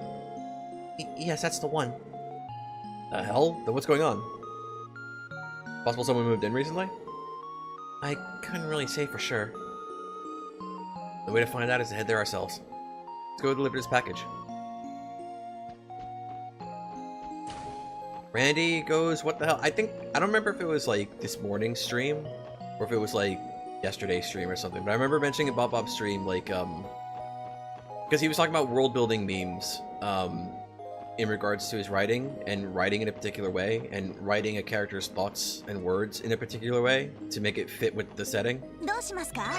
And I remember bringing up in that chat, like, bro, every time Randy or anybody else says the word hell or god damn it or something, it always sticks out in my brain, because it's like, the Xseed published games, at least Trails in the Sky, were always very consistent with, like, the terminology they'd use. Like, instead of, like, what the hell's going on in here? They'd be like, what in Gehenna's going on in here? Or, like, shit like that. Or instead of, like, god damn, man, it'd be like, radio's sake, man. Here's a moment where Bob is gonna lose his clip. Oh yeah, because he wants to know what's in this house so badly, right? He's been memeing about that since 0. This is definitely the address. You're right, but the place doesn't exactly feel lived in, you know what I mean? Someone mess up? Maybe the sender wrote down the wrong address. It's possible. Even if they did, delivery slip doesn't actually list the recipient, only a destination. Either way, we aren't going to find out anything for sure unless we ask. Agate once said hell. Fuck, I didn't notice that. He probably did. It seems very in character for Agate.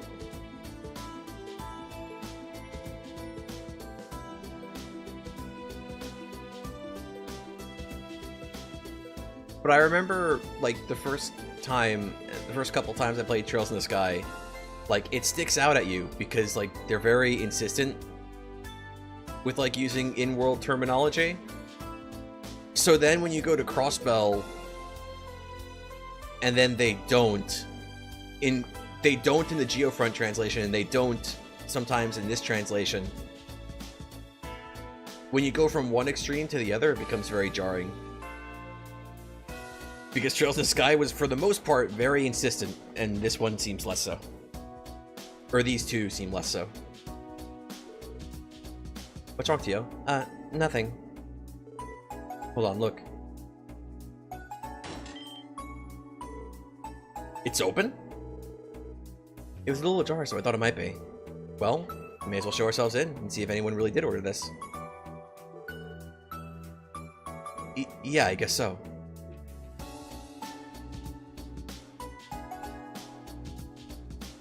Looking at the database, Agate and Estelle say hell quite a bit. Okay.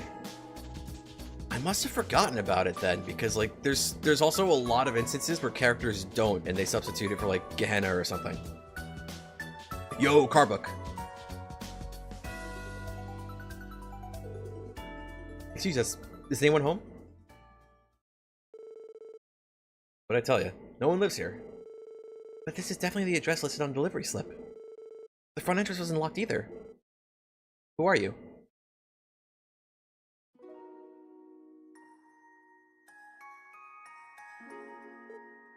Huh? A girl?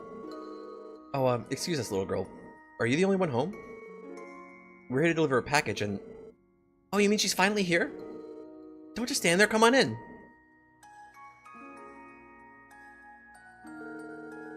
The kid was so excited she didn't even let you finish. Looks to me like we found our recipient. She's clearly expecting a delivery after all. That's odd, though. If there really was a little girl living here, I'm sure I'd have heard of it. Don't know what to tell you.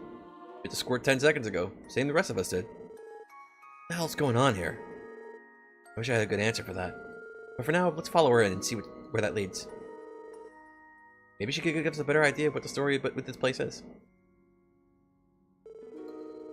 Well, here's the package you ordered, I think. Hey, she's finally come home. Upsy daisy. One raggedy doll. It's one of those famous antiques? You know, from the Rosenberg studio? I don't think so. It doesn't look very expensive to me. But this doll... Did it used to be one of yours, maybe? She's not an it. She's my beloved little sister. Hehe. Isn't she just adorable? Is she now? Well, thank goodness we were able to read it to you then. Thank you, everyone. Now, if you don't mind, I'm gonna take her back to our bedroom.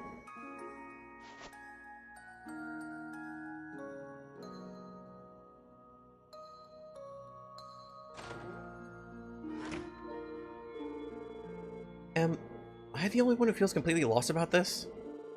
It doesn't seem like anyone else is home either. No parents or anything. What's wrong, Tio? Nothing. It was only in my imagination, I think. Hey, who's in there? Someone's at the front door now? Another guest, perhaps? Her parents will seem to be home, so maybe we should answer for her. Yeah, good call.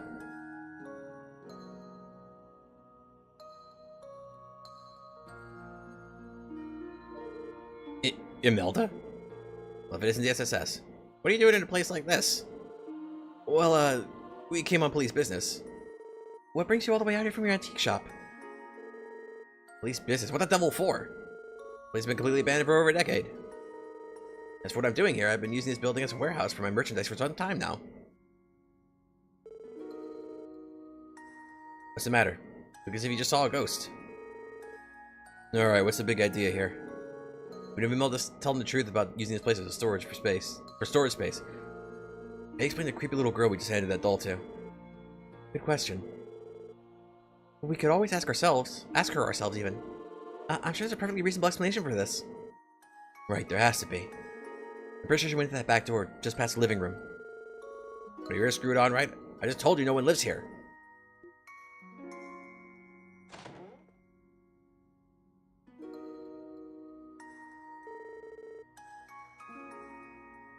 What? Where'd that little girl go? Think she's hiding somewhere? Lloyd, look at those. Huh?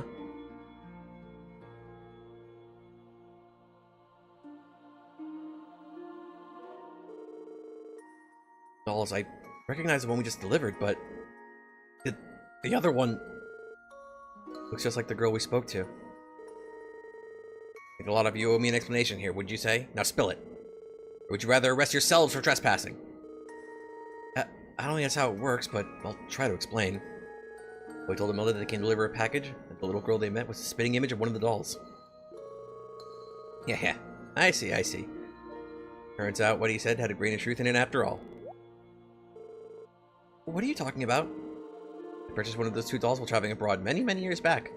They said they'd been crafted to resemble the daughters of a noble family from long ago.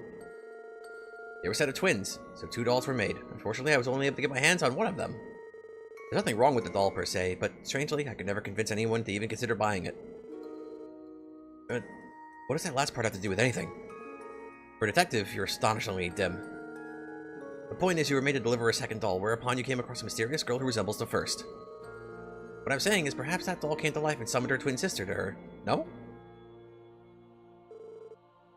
That's ridiculous! Certain man has always insisted to me that every doll has its own destiny. Yeah. Perhaps the old fogey was onto something this whole time. If I managed to do the DP locked quest from Zero, would Lloyd have been like, oh yeah, you know, we do know somebody like that. Every doll has its own destiny? Sorry, that still sounds absurd to me. Are you telling us that the girl we spoke to was the ghost of this doll? I refuse to believe it. The veracity of that claim aside, there's a substantial concentration of spiritual energy in this building. I can sense the presence of the 3 higher elements too, the way I could at the Moon Temple and Stargazer's Tower. In other words, what we witnessed may have been a spiritual phenomenon of sorts. A spiritual phenomenon? That would explain the hair standing up in the back of my neck. That'd be a hell of a lot easier if we were just all hallucinating. But if Tia thought that there's something to it, I'm not gonna tell her otherwise. You're kidding, right? I don't want to believe any of this. Yeah. But it is fun to watch you all shiver and tremble yourself silly. At the end of the day, whether or not you put any stock into blatherings to that old reclusive doll fanatic is up to you. But one thing is for certain, and that is, now those sisters are reunited, they can finally find a proper home. By which I mean, a prospective buyer. That's good news for my bottom line. Yeah. It's always about the money, huh, old bag? Anyway, that wraps up this quest, I think. Let's go back and report to that Capo delivery service employee.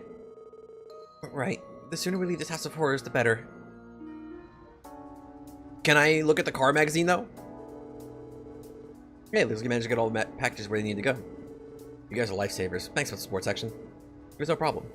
So, not that it's any of my business, but... is she okay? Her face is kind of pale.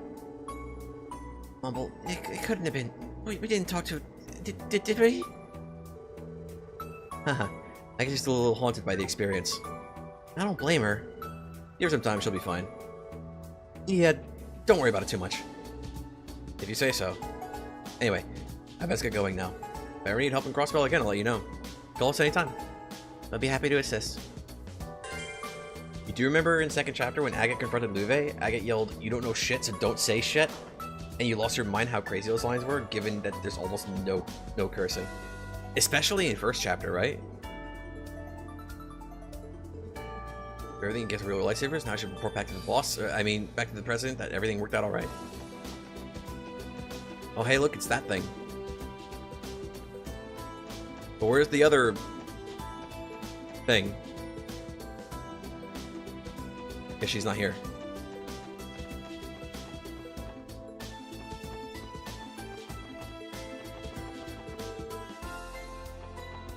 I was curious.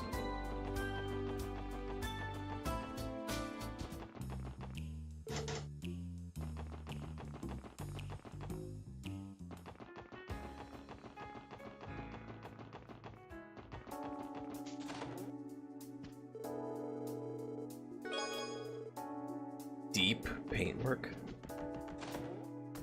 As opposed to what, shallow paintwork? Yeah, thank you for your efforts and success. I should be able to find a new home for these dolls now that you've reunited them to a marketable set. Not to be rude, Imelda, but aren't you the slightest bit afraid of them?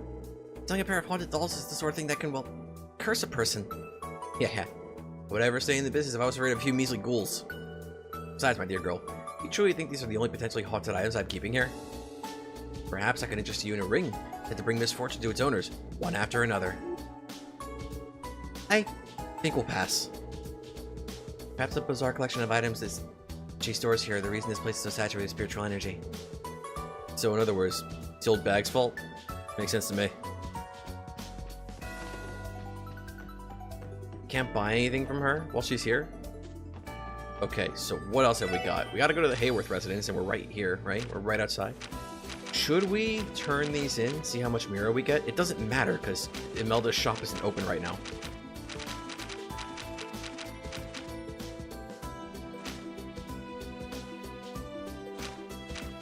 Okay, what do we do first? Tio memes or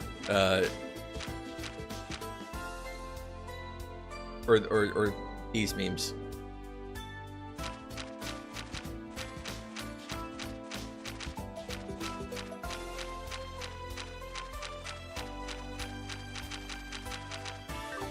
Well, I mean, since we're right here, maybe we should just do this one first.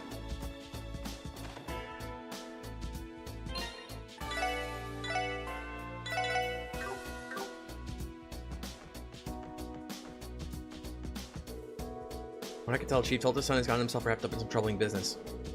I hope it's nothing too cumbersome. Papa said he and Chief Tilda had something important to talk about, so he told us to go upstairs. Think it's got something to do with his work?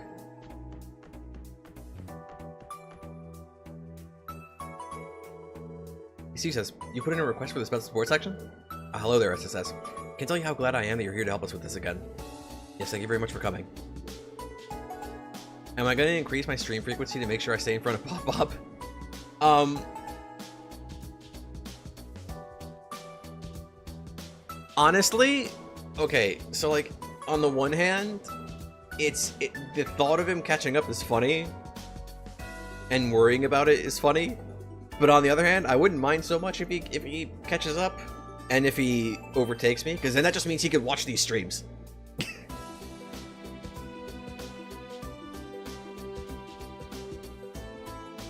Which just means that's more people to talk to in chat. So, I mean, on the one hand, it's a meme where it's like, holy crap, I've been streaming these games for as long as I've been streaming, and I'm only just like getting halfway through Azure now, like 4 years into streaming. Like, the rate I go through a Trails game is like the same rate the characters live the Trails game, because I only play it once a week for 3 hours, so it basically takes me a year to do a whole arc.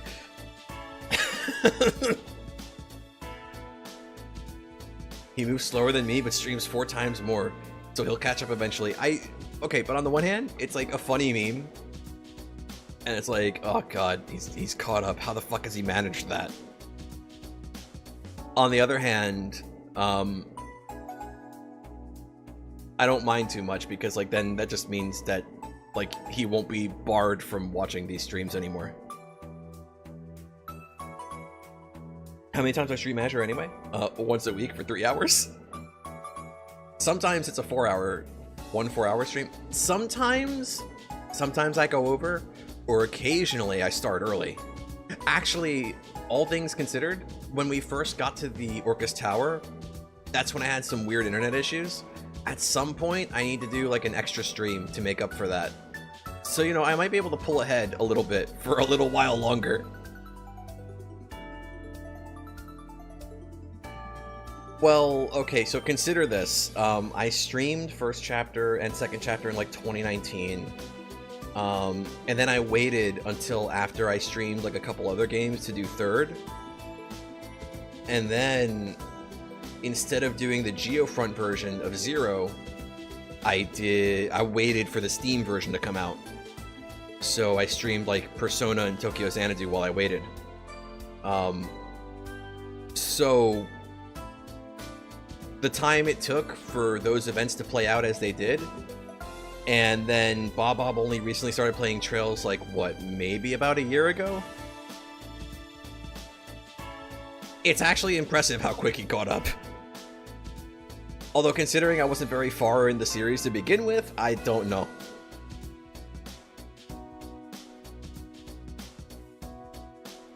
He reduces hours to 12 a week. He used to do 16. Also, I should probably state that I pushed myself ahead after a certain point, because before Azure was released, I wanted to make sure that I streamed Azure like the week it released. So I started doing Zero like twice a week at some point, just to make sure I'd finish it in time. Can you tell us what's happened since yesterday, Chief Tolta? I understand there was a new development in the case. Yes, that's correct. I fear the situation is more dire than we originally thought. I'd like to discuss it in depth with you, if that's alright. Oh, I can't read. I'd like to discuss it all in depth with you all right away. Would that be alright? Right now it's fine. Please fill us in on the details. You mentioned the situation has changed since yesterday. That it has. Yesterday evening I went to the Ash Tree Inn in another attempt to persuade Derek. I told him that Minith's character was far too suspicious, and that he had to break ties with him. He didn't beat around the bush then, huh? Not for a second. But in the end, Derek still refused to listen. However, I did learn something new. So I hurried here to discuss the matter with Mr. Hayworth. Nothing new. Has been taking some form of action. But Chief Doldo told me caught me off guard. If I may be frank. Minut's grip on the village is far tighter than we'd given it credit for. Would you mind elaborating? From what we learned yesterday, several villagers already trust him. Has it gone further than all that? You see, Minute has not only secured private property on Old Amorca Road, but also the deeds to numerous plots and fields in the village itself. He what? As shocking as that is, one question comes to mind. How was he able to pull off something that big? Good question. From what we know, Minute pitched a plan to increase Amorca's lotus production, as he puts it. By slowly accumulating deeds to the villagers' farmland, he expand the lotus fields and streamline their harvests. Moreover, management of the plots themselves would be contracted to the Quincy Company, to reduce the required labor. That does line up with what we heard yesterday. At first blush, it sounds like a pretty good deal for the villagers. Yeah, too good to be true. Kinda suck though, Reverie's about to come out, but Steam sales means 2 games you've been waiting for can finally be bought. Wanting to play them. I'm waiting until Reverie comes out before I buy anything that I'm thinking of getting in the Steam sale, but I know that there's like no fucking chance in hell that like Reverie would be on sale when it releases. Yo, how based would that be though, if it was? Like, I know it's not gonna be, but like, wouldn't it be cool? Tokyo Xanadu is 80% off. You're thinking about getting that? Okay. I streamed Tokyo Xanadu not too long ago. Actually, I think I finished it in like January or something. That was on a different channel though. As long as those deeds are in Minute's hands, he can abuse the land in any way he wants. There'd be no coming back from that. Indeed, the man cannot be trusted by any means. Had he solely focused on that private property of ours, even the worst case scenario wouldn't be too terrible. But now that he's using plots of lands within the village, results could be catastrophic. You gotta be shit out of luck when it comes to breaking the contract, though. That's where you come in. If you'd expose him, then perhaps the contract could be voided. I know there's nothing criminal happening on the surface here, but even still, can we ask you to look into this? Well, the SSS has never actually been all that beholden to CBD protocol. Our job is to support the citizens when they request it. Giving us enough reason to find Minute suspicious, so we'll gladly help. Thank you, Detective Bandings. All of you have been our village's guardian angels. Where should we begin the investigation? I'm at a bit of a loss on that myself. Me too. Don't we have any smoking guns to look into? You've been back and forth about playing Xanadu? Always been leaning towards no, but then you hear good stuff about it. Tokyo Xanadu is alright. I think it's fine. I think it's like, if you want something that's like, how do I describe it? It's kind of sorta like if you took Ease and you took Cold Steel and you took Persona and you just like kind of smashed them together a little bit. And that's kind of what you get with Tokyo Xanadu.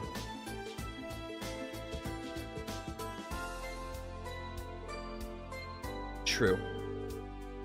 In that case, why not ask Ian for assistance? You mean Mr. Grimwood? Yes. Granted, we're only working off our suspicions at the moment. But if you explain the situation to Ian, you may be able to trace something illicit in Minute's actions. And that sounds like a good idea. Even a shred of evidence against Minute would be a good starting point for the I can't read. I should warn you though, he's been incredibly busy since the mayor advocated for our independence. No guarantee he'll have the time to see you. And one way to find out. Well, after the Grimwood Law Office. Maybe we'll catch him. Maybe we won't. We'll cross that bridge when we come to it.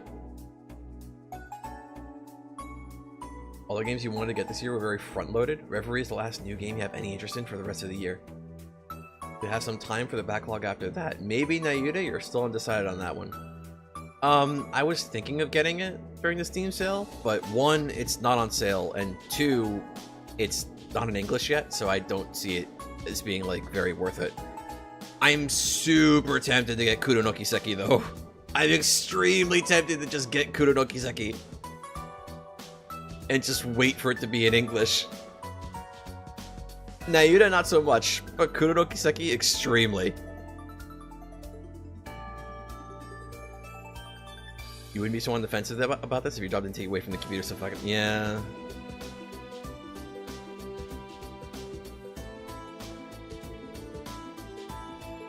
Yeah, let's go pay him a visit. We'll leave you to it then. That's my business associates if they've heard any rumors about Minith or the Quincy Company. We would appreciate that. Thank you, everyone. You're the only ones I can count on. I'm so powerless in all of this. It's pathetic of me. Don't worry, Chief Talta. We can handle it from here. You just sit tight and relax.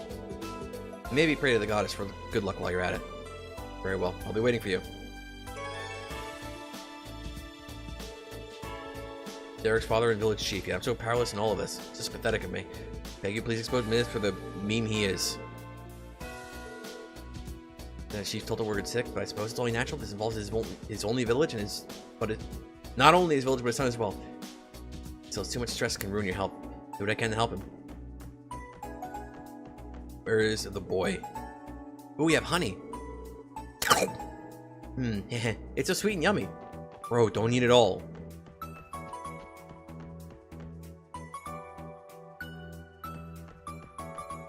It either comes out in English in September. Yeah, and usually, like in September, October, November, like that's like Steam has a sale every fucking quarter, and there is like an autumn sale that happens like around that time. So like, it probably wouldn't even go on sale. So I don't know why I'm bringing that up. My main point was like, the reason I wouldn't get it now is because it's not on sale. If it was on sale, I'd probably get it and just be like, okay, I got it for when it comes out in English. I got it when they update, when they give it the English update. You can't call it an English patch, because that's not what it's going to be. It's going to be an English update, because it's official. You want a nerd, but you got an adult so you can nerd? True.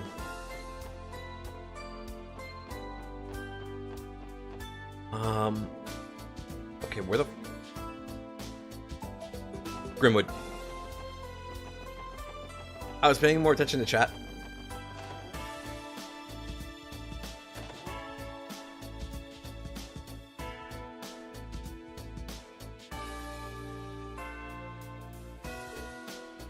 It's the bear-shaped man. Oh? Mr. Grimwood. We're afraid you might have been out of your office. Ah, yes, I was just in the middle of taking a much-needed break. But it would seem you're in desperate need of my counsel. Is it really that obvious? Haha. I've seen the looks on your faces coming through my door countless times by now. Please, take a seat. I may be busy, but I'm happy to lend you an ear. Our apologies, and thank you. Lloyd and the SSS explained what they had learned about Minith and his actions throughout the 24 past hours. They also mentioned that Minith had been collecting deeds, plots of land in Morka village. I see. It's quite the predicament the village has found itself in. A case such as this would typically be top priority for me. But as you know, I've been busy this week drafting up a preliminary constitution for the mayor. Apologize, but I won't have time to handle this case personally. That's unfortunate, but we understand. And we suspected that would be the case. Still, even just a consultation would be helpful. Very well. I'll give you any advice I can while you're here. We appreciate it, Mr. Grimwood. So, do you have any insight on this? At this point, there's no evidence of Minith engaging in any unlawful activity, at least as far as we could tell. Is there something we're missing? You've been wondering, did somebody tip off Bob about Luciolo being in Michelin? She says one hell of a coincidence. I'm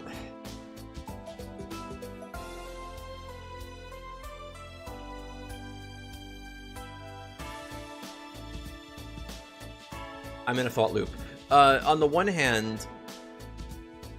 hand, you could be like, oh, shit, how do you know? There's no way, like, how do you guess? There's no possible way. On the other, I kind of see how maybe he would jump to that conclusion. Because, and this is probably not even how his fucking brain did it. But like, a normal person's brain, right? When he gets to this point in the game, you can send him this clip, I don't care. A normal person's brain would go like, oh, well, I only know of 2 characters who do fortune-telling stuff, and one of them is a bracer who's busy in Liberal, and the other one, presuming she lived at the end of second chapter, must be here.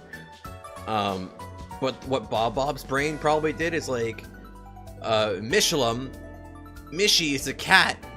Who else is a cat? Cop. But who else is a cat besides Cop? Anton. And where does Anton live? He lives in Zeiss, where the terrorist Tita lives, but the terrorist Tita likes Estelle, and Estelle lives in Roland. And what happened to Roland that one time? The fog lady, she's definitely here. Like, that's probably what his brain did.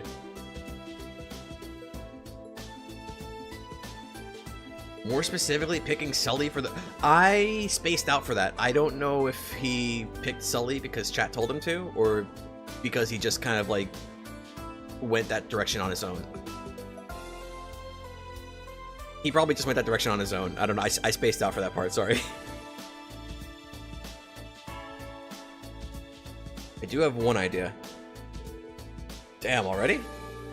Possibly. An Erebonian contact of mine once provided me with some reference material for a very similar case. Though I can't say the circumstances are an exact match. Any lead that can help us with the investigation is a good one. You think this other case is worth mentioning?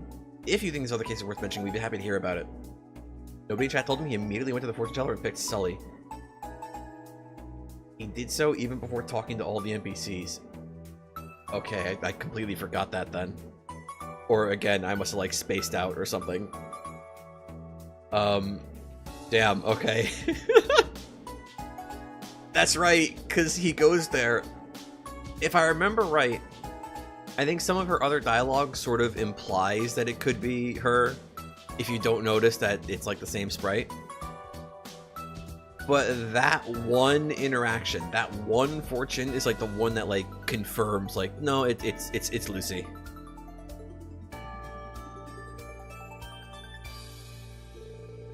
Very well, I can hardly refuse you all. Ahem, from what I can recall,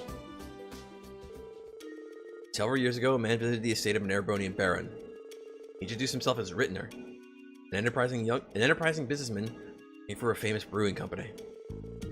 Rittner presented the baron with an opportunity to become rich beyond his wildest dreams, and quickly at that. He proposed that baron's barley fields had been passed down the family for generations, be used to establish a brewery. Facilities would be constructed on the barony. His family would be responsible for managing them. This was the idea, anyway. But hold on a second. What you're telling us is awfully reminiscent of what's going on in Amorica. Baron accepted the deal and signed Rittner's contract. Then, under the pretense of constructing the brewery, fields and a portion of the Baron's land were temporarily transferred to Rittner. Moreover, the Baron converted his assets into capital for the sake of getting the business off the ground. However, Rittner soon disappeared with both the deeds and the capital, never to be seen again. The hell? Baron and his family panicked after suddenly losing contact with Rittner. At the time, they had no idea of the gravity of what was about to unfold. To their shock and surprise, they learned Rittner had sold the deeds to a third party. The land was to be repurposed into a villa resort. Today, it stands as part of a suburb instead. In the end, Baron's family racked up a substantial debt. Before long, they had lost their entire territory. With that, the entire family was stripped of their rank. They vanished without a trace. Damn, it's one hell of a story. That man conned them into giving up their property and sold it right under their noses. Who would even do such a thing? The investigation immediately reminded me of that case. One person lies to another's trust while running off with a large fortune. A common strategy for committing fraud. He was like, I want to see Stella's fortune because she's a child and she should be happy. When you played, you didn't fully realize it was Lucy until you turned the books in for the Zemi lore? Oh, Zemior. Wait, is she the one you give the books to?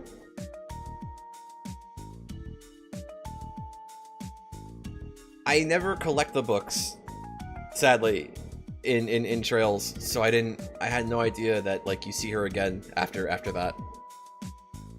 The story that she tells you when you bring Sully to the thing makes it like pretty obvious though. It's like it's super clear she's talking about Shara. Fraud? Yeah, this case is the same. The Minith may not be a Quincy Company employee at all. You'd simply be a con man trying to swindle a Morka for all they're worth.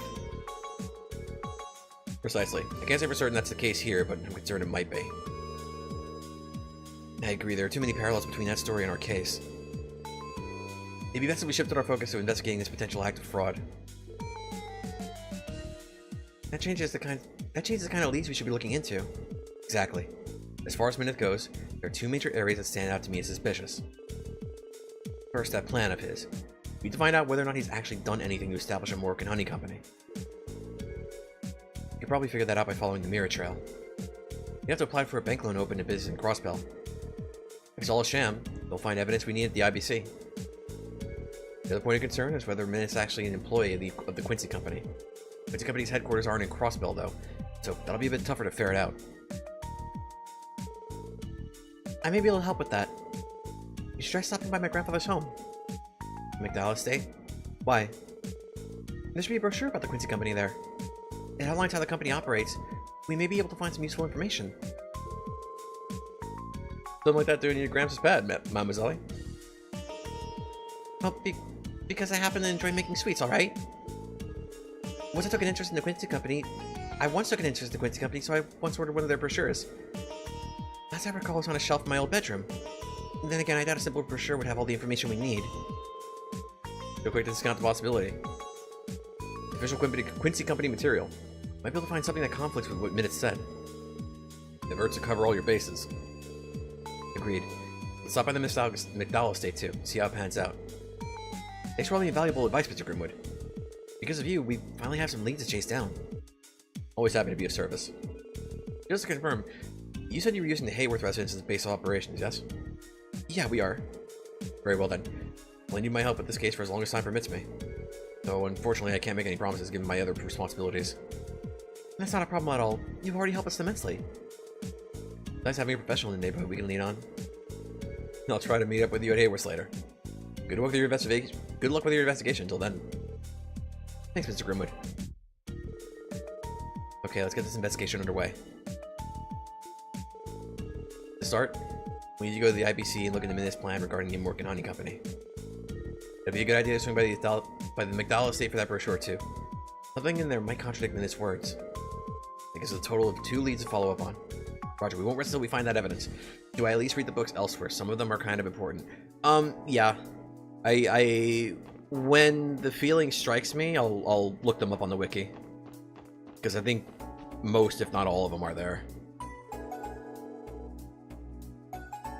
Can we look into it? Okay. Bye. I think the wiki is... No, the wiki is not where I read Carnelia. I read Carnelia in 3rd.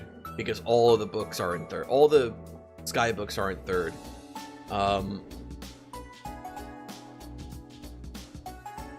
So I think I also read Gamblerjack in 3rd. Oh, I think I got a little framey there for a second. Oh, it's these things. Reggie may not look like much, but we put him behind the wheel and he'll leave anyone in the dust.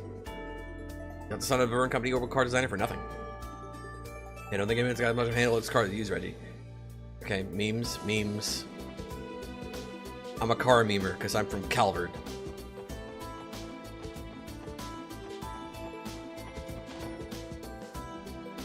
There's a lot of things I neglected to read, though.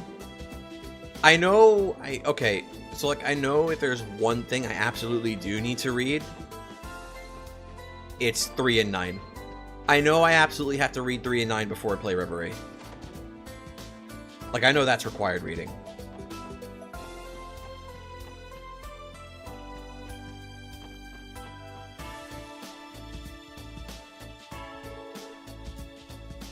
Yeah, it is. Interestingly enough, the Cold Steel audio dramas are also sorta kinda required reading. Without spoiling anything, because we haven't gotten to Cold Steel yet, the Cold Steel 1 is required reading, because if I remember right, the Cold Steel 1 audio drama is basically cut content, and Cold Steel 2 sorta kinda expects you to know what's going on in it. Except they also recap it for you, I think. So, there's that. Then there's a Cold Steel 2 audio drama, which is required reading for Cold Steel 3 and 4. But the caveat to that is, for the Cold Steel 2 audio drama, Ring of Judgment is required reading.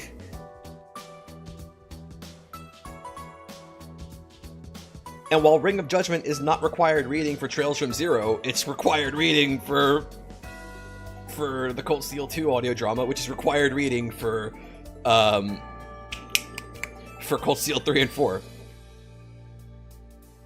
And then there's New Game Plus exclusive books in Cold Steel 2 that are required reading for Cold Steel 3, without spoiling anything. But those I did read on the wiki before playing Cold Steel 3.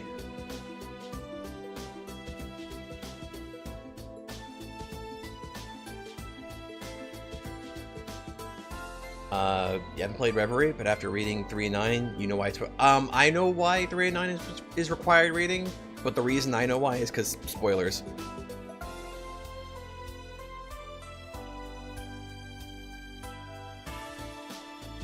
And I don't mean that as like, oh, I'm not going to say what the spoilers are. Like, well, I'm also not going to say what the spoilers are, but because of spoilers, I know, that's how I know it's required reading.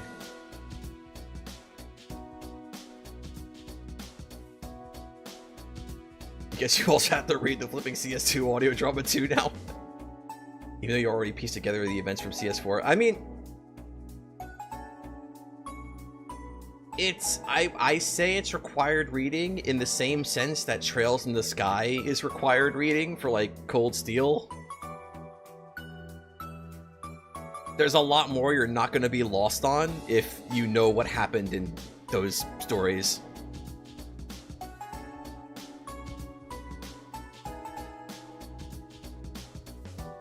Let's see. Oh, here it is. This is the Quincy Company brochure I mentioned earlier. Hey, they even had this sucker bound. Can't say they didn't put any effort into the thing. They have ample resources to do so, considering the size of the company. Whatever's written inside should be sufficiently credible. Then it's a good thing we stopped by for it. Alright, let's take a closer look inside. As a leader in confectionery manufacturing, the Quincy Company strives tirelessly towards its next innovation. This brochure aims to briefly introduce the methods and creeds that drive our passion, and they don't include tongue-punching chocolate down anybody's throat. I believe the key aspect of any confectionery is its taste. Otherwise, how can anyone enjoy it? This belief as a core tenet, the Quincy Company refuses to compromise on the quality of its products. Our factories are fitted with the latest equipment and operated with the utmost attention to hygiene. Here at the Quincy Company, we are particular not just about the quality of our ingredients, but where they are sourced as well. Our product development pipeline, too, is run with the strictest standards. Prototypes are personally sampled by our executives, who, after many meetings, decide whether a product is worthy to go to market. Only then can they reach a production line. This has been a Quincy Company tradition since its founding, such that we may deliver our valuable customers nothing less than the finest confectionaries to enjoy. It is this commitment to excellence that has made the Quincy Company the exceptional confectioner it is today. 3 and 9 is good though, so at least there's that to look forward to. Yeah, I just have to remember to read it before I start Reverie. You're not a bookworm, your eyes cross after 3 pages of books. I'm not like super bookworm either. I'm not like my eyes don't go tired. Well, okay, I have a lot of problems when it comes to reading. Okay, so when it comes to reading, I'll read, and then after a while, I'll just not continue to read. Not because I get tired of what I'm reading, or because I don't want to, but because like I just kind of like end up not feeling like it, or like just kind of forget. But sometimes what happens to me when I read, and it's kind of a sign for me to go like, okay, I need to stop reading and do something else. Sometimes I'll do this thing where I'll read a line or a paragraph, and I'll realize that I'm not like processing what the paragraph actually says. And I'll be like, okay, I got distracted. My brain went off on like another fucking ADD tangent or whatever. Let's go back to the beginning of the paragraph and read again. And I'll do that, and my brain will just go to like 7 different places while I'm reading the fucking paragraph that I just read. So I'll be rereading the same paragraph like 5 times, and I'll see the words it says, and I'll know what the paragraph says, but my brain isn't fucking comprehending it because it's fucking somewhere else. And that's like where I go like, okay, I can't keep reading. I have to close the book and do something else.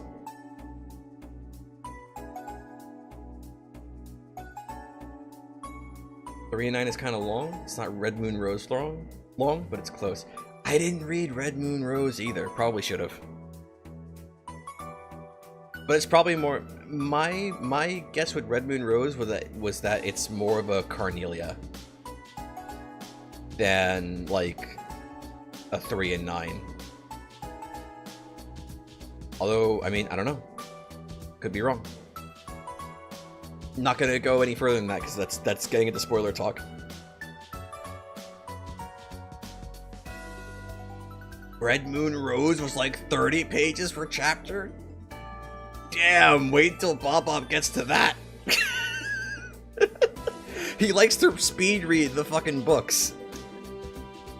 Imagine him doing that for 30 pages straight. Yo, and the book font in the games where Red Moon Rose shows up, the font is smaller so they can fit more text per page. I'm not sure what you were expecting. This is not just your typical corporate double talk. Did anybody manage to find a contradiction between this and something Minith has said? Not in particular. Maybe coming here for this brochure was a waste of time after all. Actually, I did notice something. He did? Oh, I get it. You just activated the old detective mode and bam, right? Don't leave us hanging. What'd you find? Remember what Minith told us at the hotel yesterday? The answer is obvious. It's only a passing remark, but it still comes into major conflict with what's written in this brochure. Enough to prove that he isn't, in fact, an employee of the Quincy Company to begin with. You got that much out of this one little pamphlet? That's right. You see, if Minith... Sorry to cut you off, but where's the fun in spoiling it all now? What are you talking about? Well, if I'm being honest, it's annoying that you're the only one who's figured it out. I want to give the rest of us a chance to save it. I want to give the rest of us a chance and save it for when we interrogate Minith. Posse, this is an investigation, not some game. I agree with Posse, actually. Your hypothesis may not be accurate after all.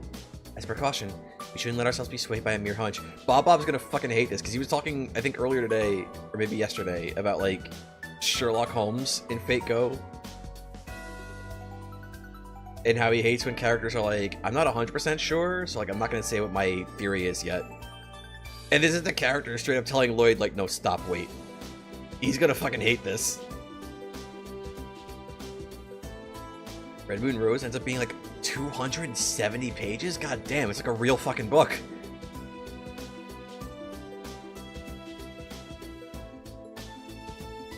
We shouldn't let ourselves be swayed by a mere hunch. Not to mention, I don't appreciate you stealing the spotlight with your detective mode, as Randy put it. I get the feeling that second comment was the real reason she doesn't want me to share. Fine, if you two insist, instead, we want to consider everything we've learned so far. I'll summarize the main points of the brochure and detective notebook. All that's left for us is to visit the IBC, see what we can find from there. Lead the way. Yeah, there's a 2? I know there's a... Spoilers, I know there's a Gambler Jacket too. Okay. High quality products above all else. The factories have state-of-the-art equipment. Take care about the quality. Executives sample product prototypes and decide whether they are worthy to be brought to market. Okay. What Lloyd considers to be the main bullet points.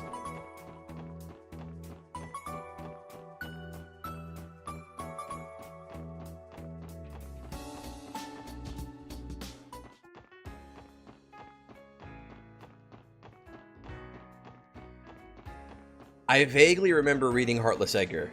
That one was kind of based. If I'm remembering which story it is right.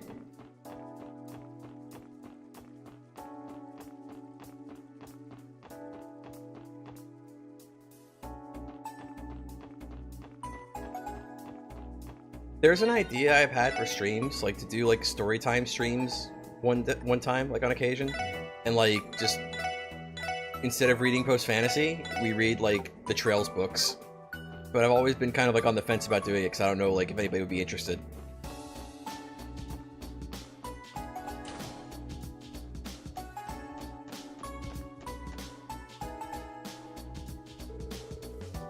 Hello again, SSS. What can I do for you today? Well, we'd like to ask for the IBC's cooperation in an investigation we're working on. Would it be possible for you to do an account search for us, Lanfei? We're hoping to look into some suspicious mirror transfers from a certain depositor. You want me to pull up private information on one of our clients then? Doing so is within company policy if it's related to criminal inquiry. Mind telling me the details of the situation first? Not a problem. Lloyd provided all the information they had on the suspected fraud case.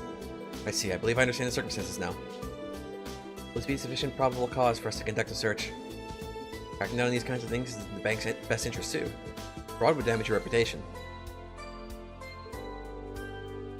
You are correct, and this is related to the legitimate investigation.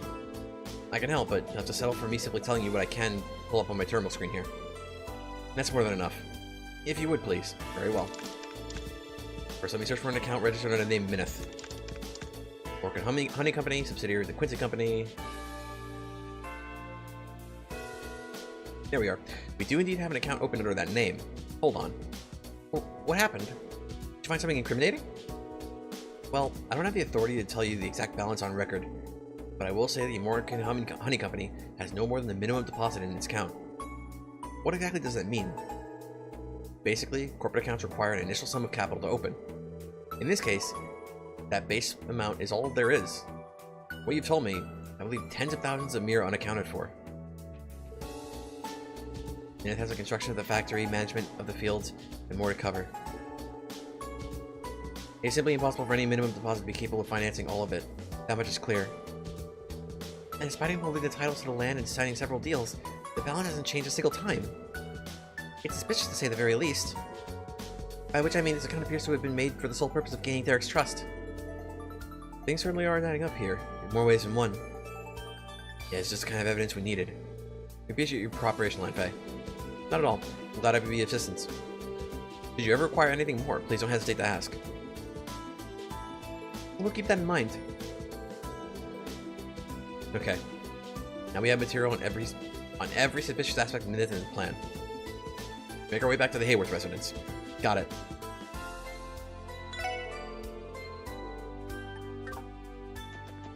Thought she'd say something of significance. But no.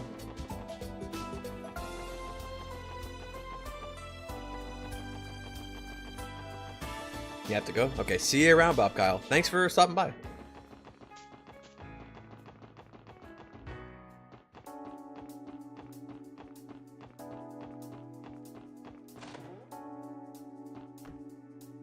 Mr. Grimwood's here. Ah, it's the SSS. There you all are. Mr. Grimwood, I'm glad you can make it. You just get back yourself, Mr. Hayworth? Yes. I finished asking my business associates about the matter at hand. How do things go on your end? We're able to round up a few leads thanks to Mr. Grimwood. How about you, Mr. Hayworth? I did just the same, in a manner of speaking. See, I'm not quite sure what to make of it all. Well, you went through the trouble of digging up that info, so you may as well share it with the rest of the class. Agreed. Information may be beneficial to our investigation. I suppose you're right. I asked my business associates if the name Mineth rang any bells, having never heard it myself. What they informed me is that in making inquiries into certain markets it's arriving in Crossbell. And what market would that be?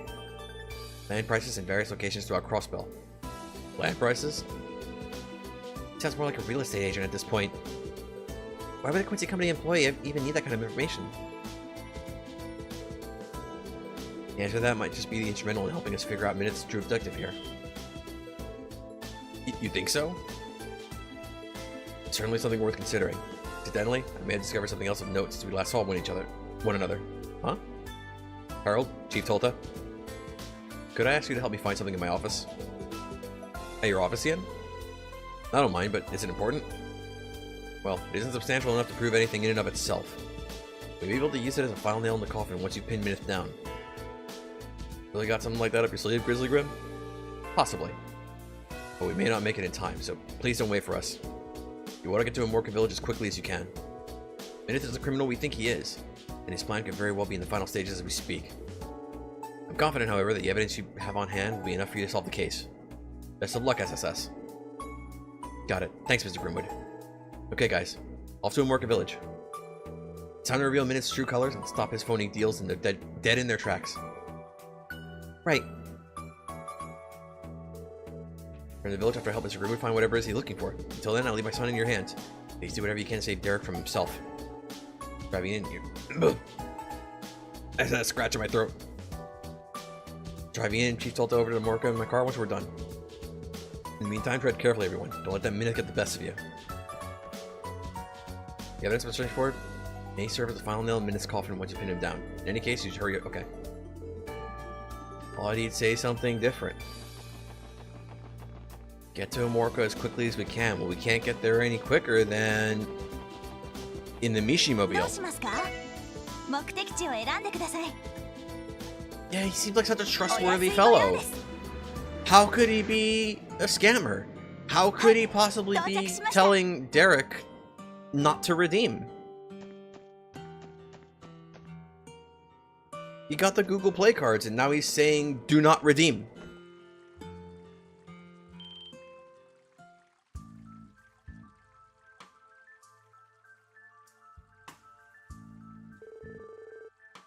Damn it, did they already close their deal?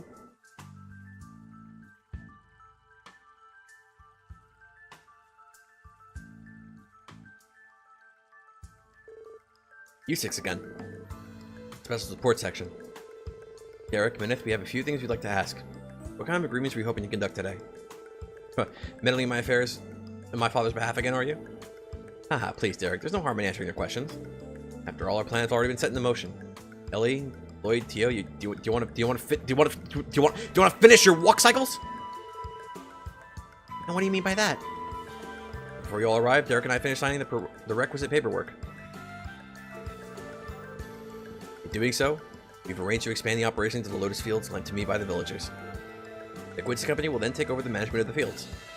What? You signed away the rights to almost all of the village's agriculture. Is this really what you want, Derek? What are you talking about? Nothing is changing. I'm only transferring management of the fields to him. Yes, of course, it's quite simple, really. By company harvesting the honey, we'll be able to streamline production we'll be able to streamline production of the candy. Temporary transfer of the land rights. My company is a necessary first step to facilitate the process. What a crafty bastard. This scheme has reached its final phase, which means... And then Derek, I'll be delivering this contract to our main office. We'll be in touch come tomorrow. Look forward to the good news. Sounds great, I'll be waiting. Light. Can't let him get away. Before you go, Minith, we have a few more questions. Oh? And what might they be? Well, for starters, are you aware of the allegations leveled against you? The primary of which, of course, is suspicion of fraud. What? That's absurd. How dare you insult Minith like that? No, no, Derek. Please calm yourself. Minith? The special support section, was it? What could possibly make you suspect me of being a common criminal?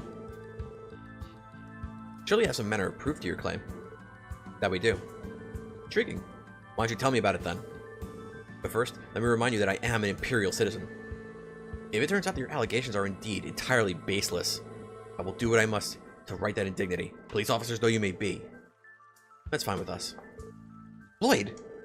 Don't worry, Ellie. Let me handle this. Based on our investigation, there's no doubt in my mind that Minith is guilty. I'm going to expose him as the fraud he is and show Derek the truth. How very glib. That's how you want to play this? Then go right ahead. I'll answer anything you'd like.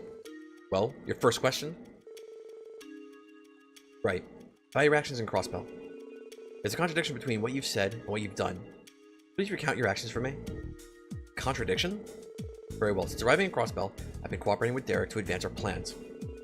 Said plan will result in the formation of the Amorcan Honey Company, a subsidiary of the Quincy Company. It will specialize in producing candy made from Amorca's high-quality honey.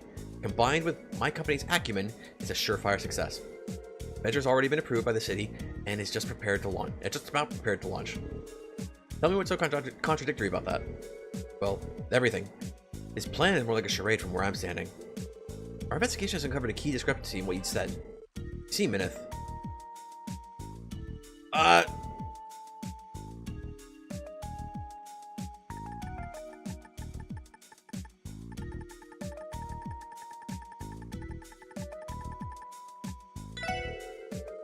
The records we looked into the IBC reveal your mistake. See, his plan is prepared to launch. In reality, it hasn't actually made any progress at all. The IBC? What are you talking about? Consider this. If the Quincy Company truly did intend to go through this plan in Crossbell, it would need a loan from the IBC to fund the construction and development of the subsidiary. Well, yes, of course. I registered the company with the city and opened up a corporate account. But that's as far as you went, isn't it? The account for the Immortan Honey Company contained no more than the minimum balance required to open it. We weren't told the exact amount. I would speculate it's only tens of that. I would suspect it's only in the tens of thousands of Mira. So how are you planning to build a factory and run a business with so little starting capital? You looked into my IBC account? This can't be true, can it, Minith? Please don't misunderstand, Derek. I never said there was any credence to their claims. I'm really commenting on the audacity it takes to do something so invasive. But forget that. Explain why there's hardly any Mira in that account. Being executive of the company, I must be especially judicious when moving money around. As such, I can't take out a loan on behalf of the Quincy Company. Of course, securing one from the IVC once I've received permission from the main office. Oh yeah, that makes perfect sense. Adept evasion. Doesn't count us out just yet. I can tell Minutes getting frustrated. Just continue to press him and pile on the evidence. We can get him to crack. The look on your face tells me you have something more to ask. It just so happens that I do. That was far from our only point of contention about you, Minith. You're still not satisfied? Well, let him rattle you, Derek. It'll be a good opportunity for me to clear your mind of any and all doubt. Next, I'd like to ask about you, Minith. You said that you're an executive of the Quincy Company.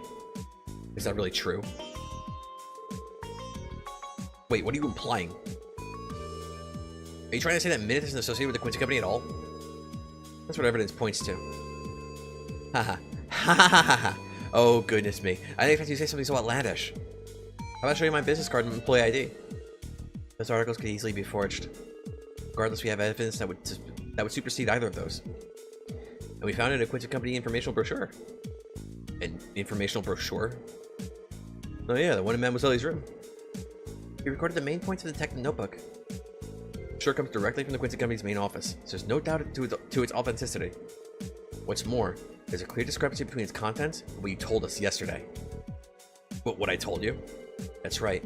Something you mentioned made it clear to us that you aren't the executive you claim to be. Allow me to quote a statement you made yesterday. Despite working for the company, I've never been one for sweets. Do you deny this fact?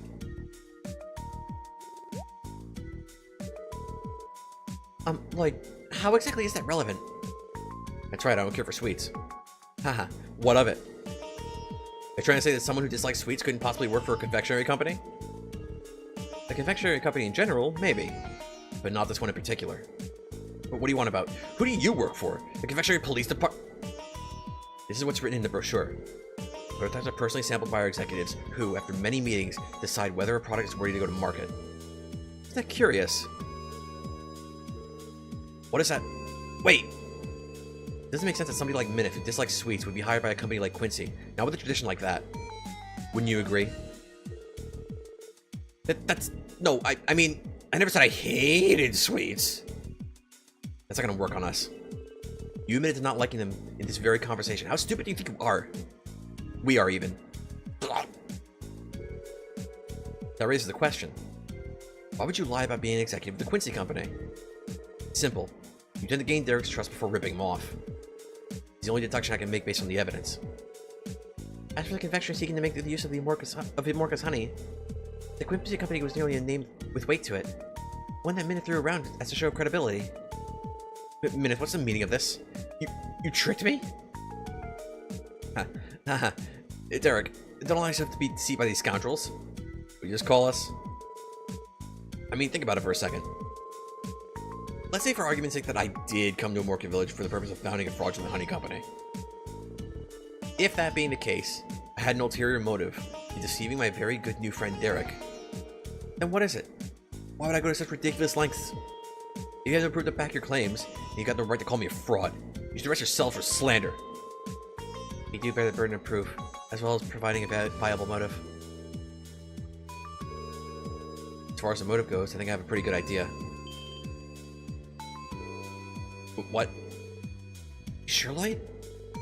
Barely even started untangling everything that's going on here. Don't worry, I've got this.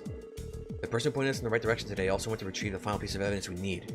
The last piece of the puzzle that'll oust Minith once and for all. With the mumbling. If you have something to say, then out with it. With pleasure. We went to all these lengths to deceive this village with one goal in mind.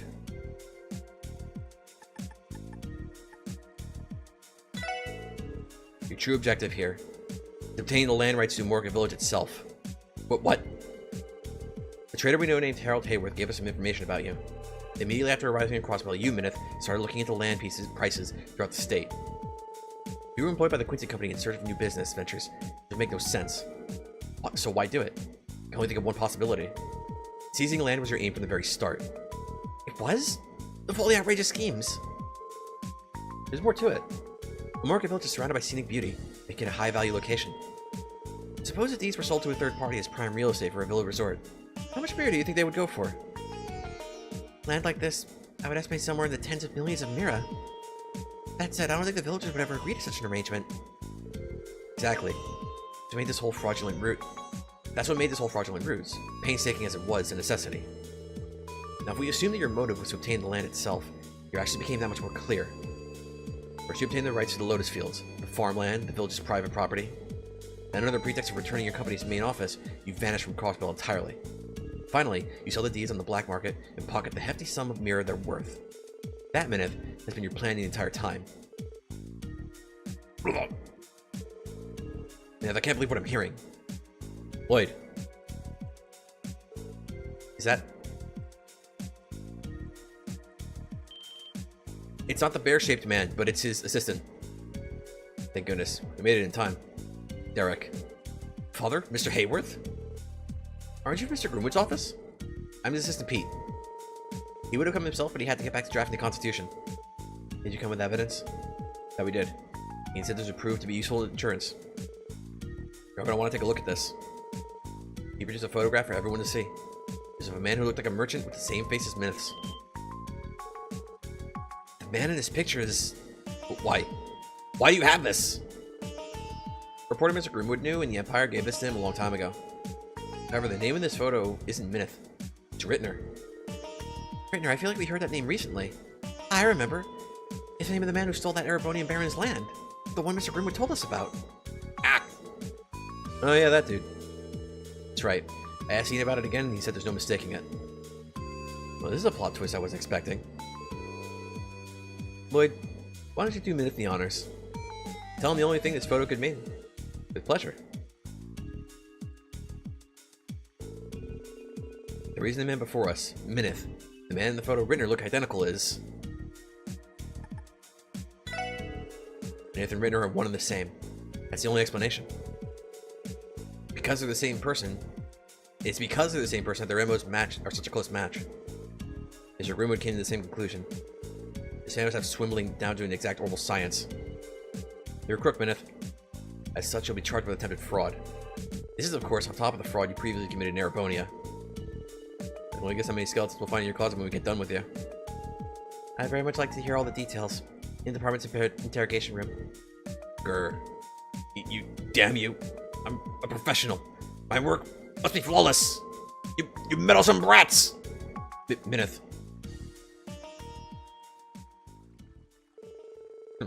Don't get full of yourselves just yet. You may have won this time, but I won't be apprehended so easily. What? Come, my lovely beasts. He's doing fucking mafia memes. Except he's gone more intense. These are more like fucking Jaeger memes. What? Monsters? They appear to be well trained too. It's cougars. Friggin' tell me. No. Derek. You told it. It's too dangerous. You have any idea what you're doing? I know precisely what I'm doing. Hence, why I'm doing it. Oh, don't think for even a second about trying to fight me. That's unless you don't value the lives of Derek and the villagers. Sure. Now step aside if you would.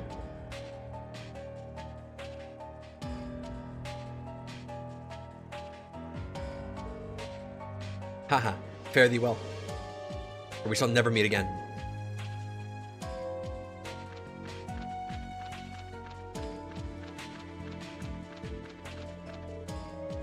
Derek.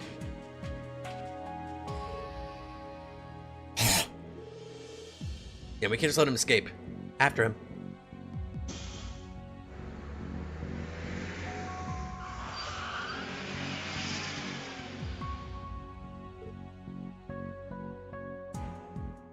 No. You managed to get away. I've never been so frustrated. I can't bit of a spineless coward like him gave us the slip. At least none of the villagers were hurt. Let's look at the silver lining. What a mess. If we come across him again, he won't be so lucky. For now, though, let's regroup with Chief Talta and the villagers so we can report what's happened. Yeah, it's a good idea.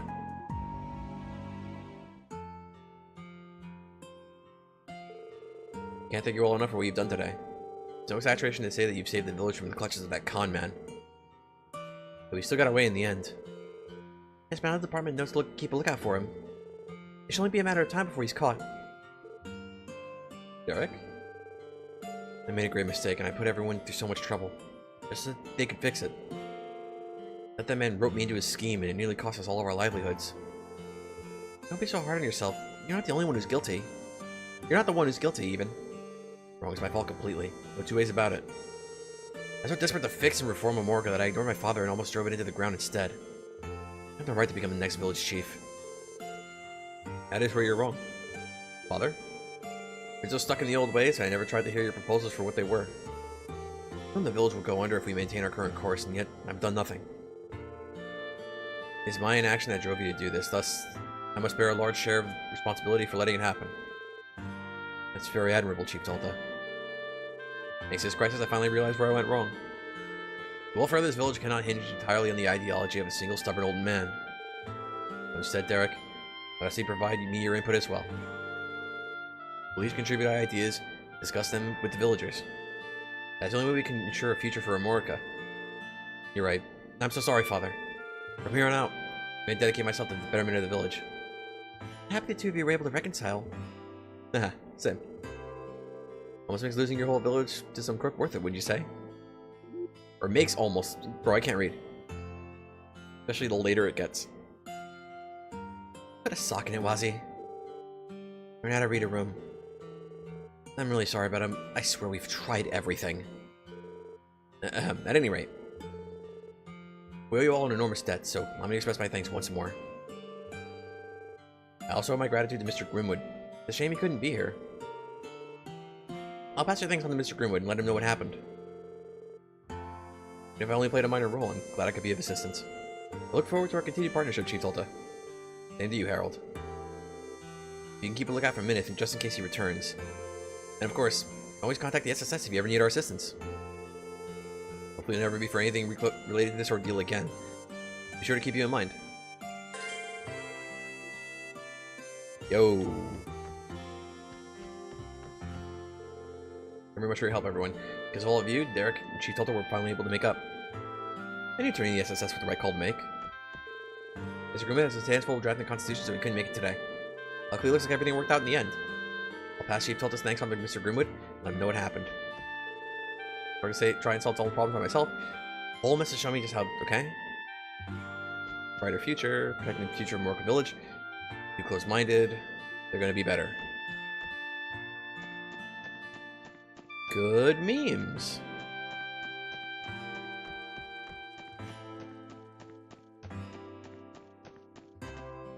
At least in the sense that we finished another side quest. I still haven't done any fishing memes, by the way. Did you know?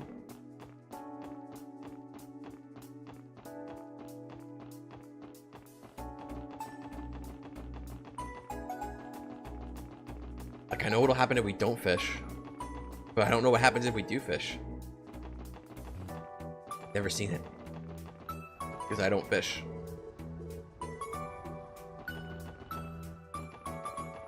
Don't know why I checked in on that guy. Just kind of felt like it, you know? No reason, just wanted to hear his voice. Oh! Oh, but I don't know if we're gonna have time to do this whole side quest. Shit. This side quest is also important. My grandson Royce finally found himself a job. At a street stall, no less. Used to work for one myself back in my younger years. I'm getting a little nostalgic just thinking about it. In any case, I'm happy Roy is maturing. I'll be keeping a close eye on how this goes for him. Grandpa's beard is really long. Yank yank. Yeah, it's easy now, Mei-Ling. That's not meant for pulling. Finally cranked out a pinwheel good enough to be sold in store. Feels so good to see something I made put on display like this. He's growing. I was surprised when I read that Pleroma grass in your report was linked to the Testaments. They've had Scott and Lynn confirm the intel just to be extra safe. The looks of it, that grass is growing near every place those Nazi cryptids have popped up. It's unconfirmed to us whether or not they are the root cause. However, looking at things analytically, there's a correlation between the two. Can I ask how the Bracer side of the investigation is going, Michelle? Our team took out 2 of the 3 cryptids we were assigned yesterday. Plan for today is to finish off the last one and split up to investigate the areas in which each of them appeared in. Including to be exterminated. I see. Just say they won't pop up again, though. Hope you guys and gals are careful out there. Oh, I'm sure they can handle themselves. We'll get in contact with CPD if our investigations turn anything up, so you just focus on doing your thing. Where is everybody? For the extermination investigation? Where, though? Tell me! I must know.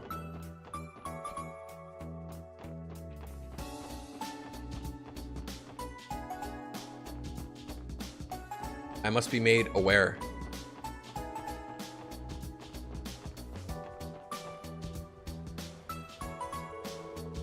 All no passengers to Michelin. The ship will be departing shortly. Please board you at your earliest convenience. One of our support requests came from the theme park, didn't it? You're right, it involved helping Mishi in some way or another.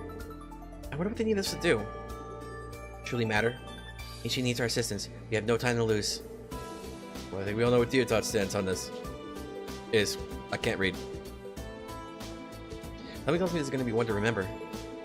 June at the Michelin once we're absolutely ready to handle that request. We get going? Hang on. We're gonna save just in case we get locked into memes.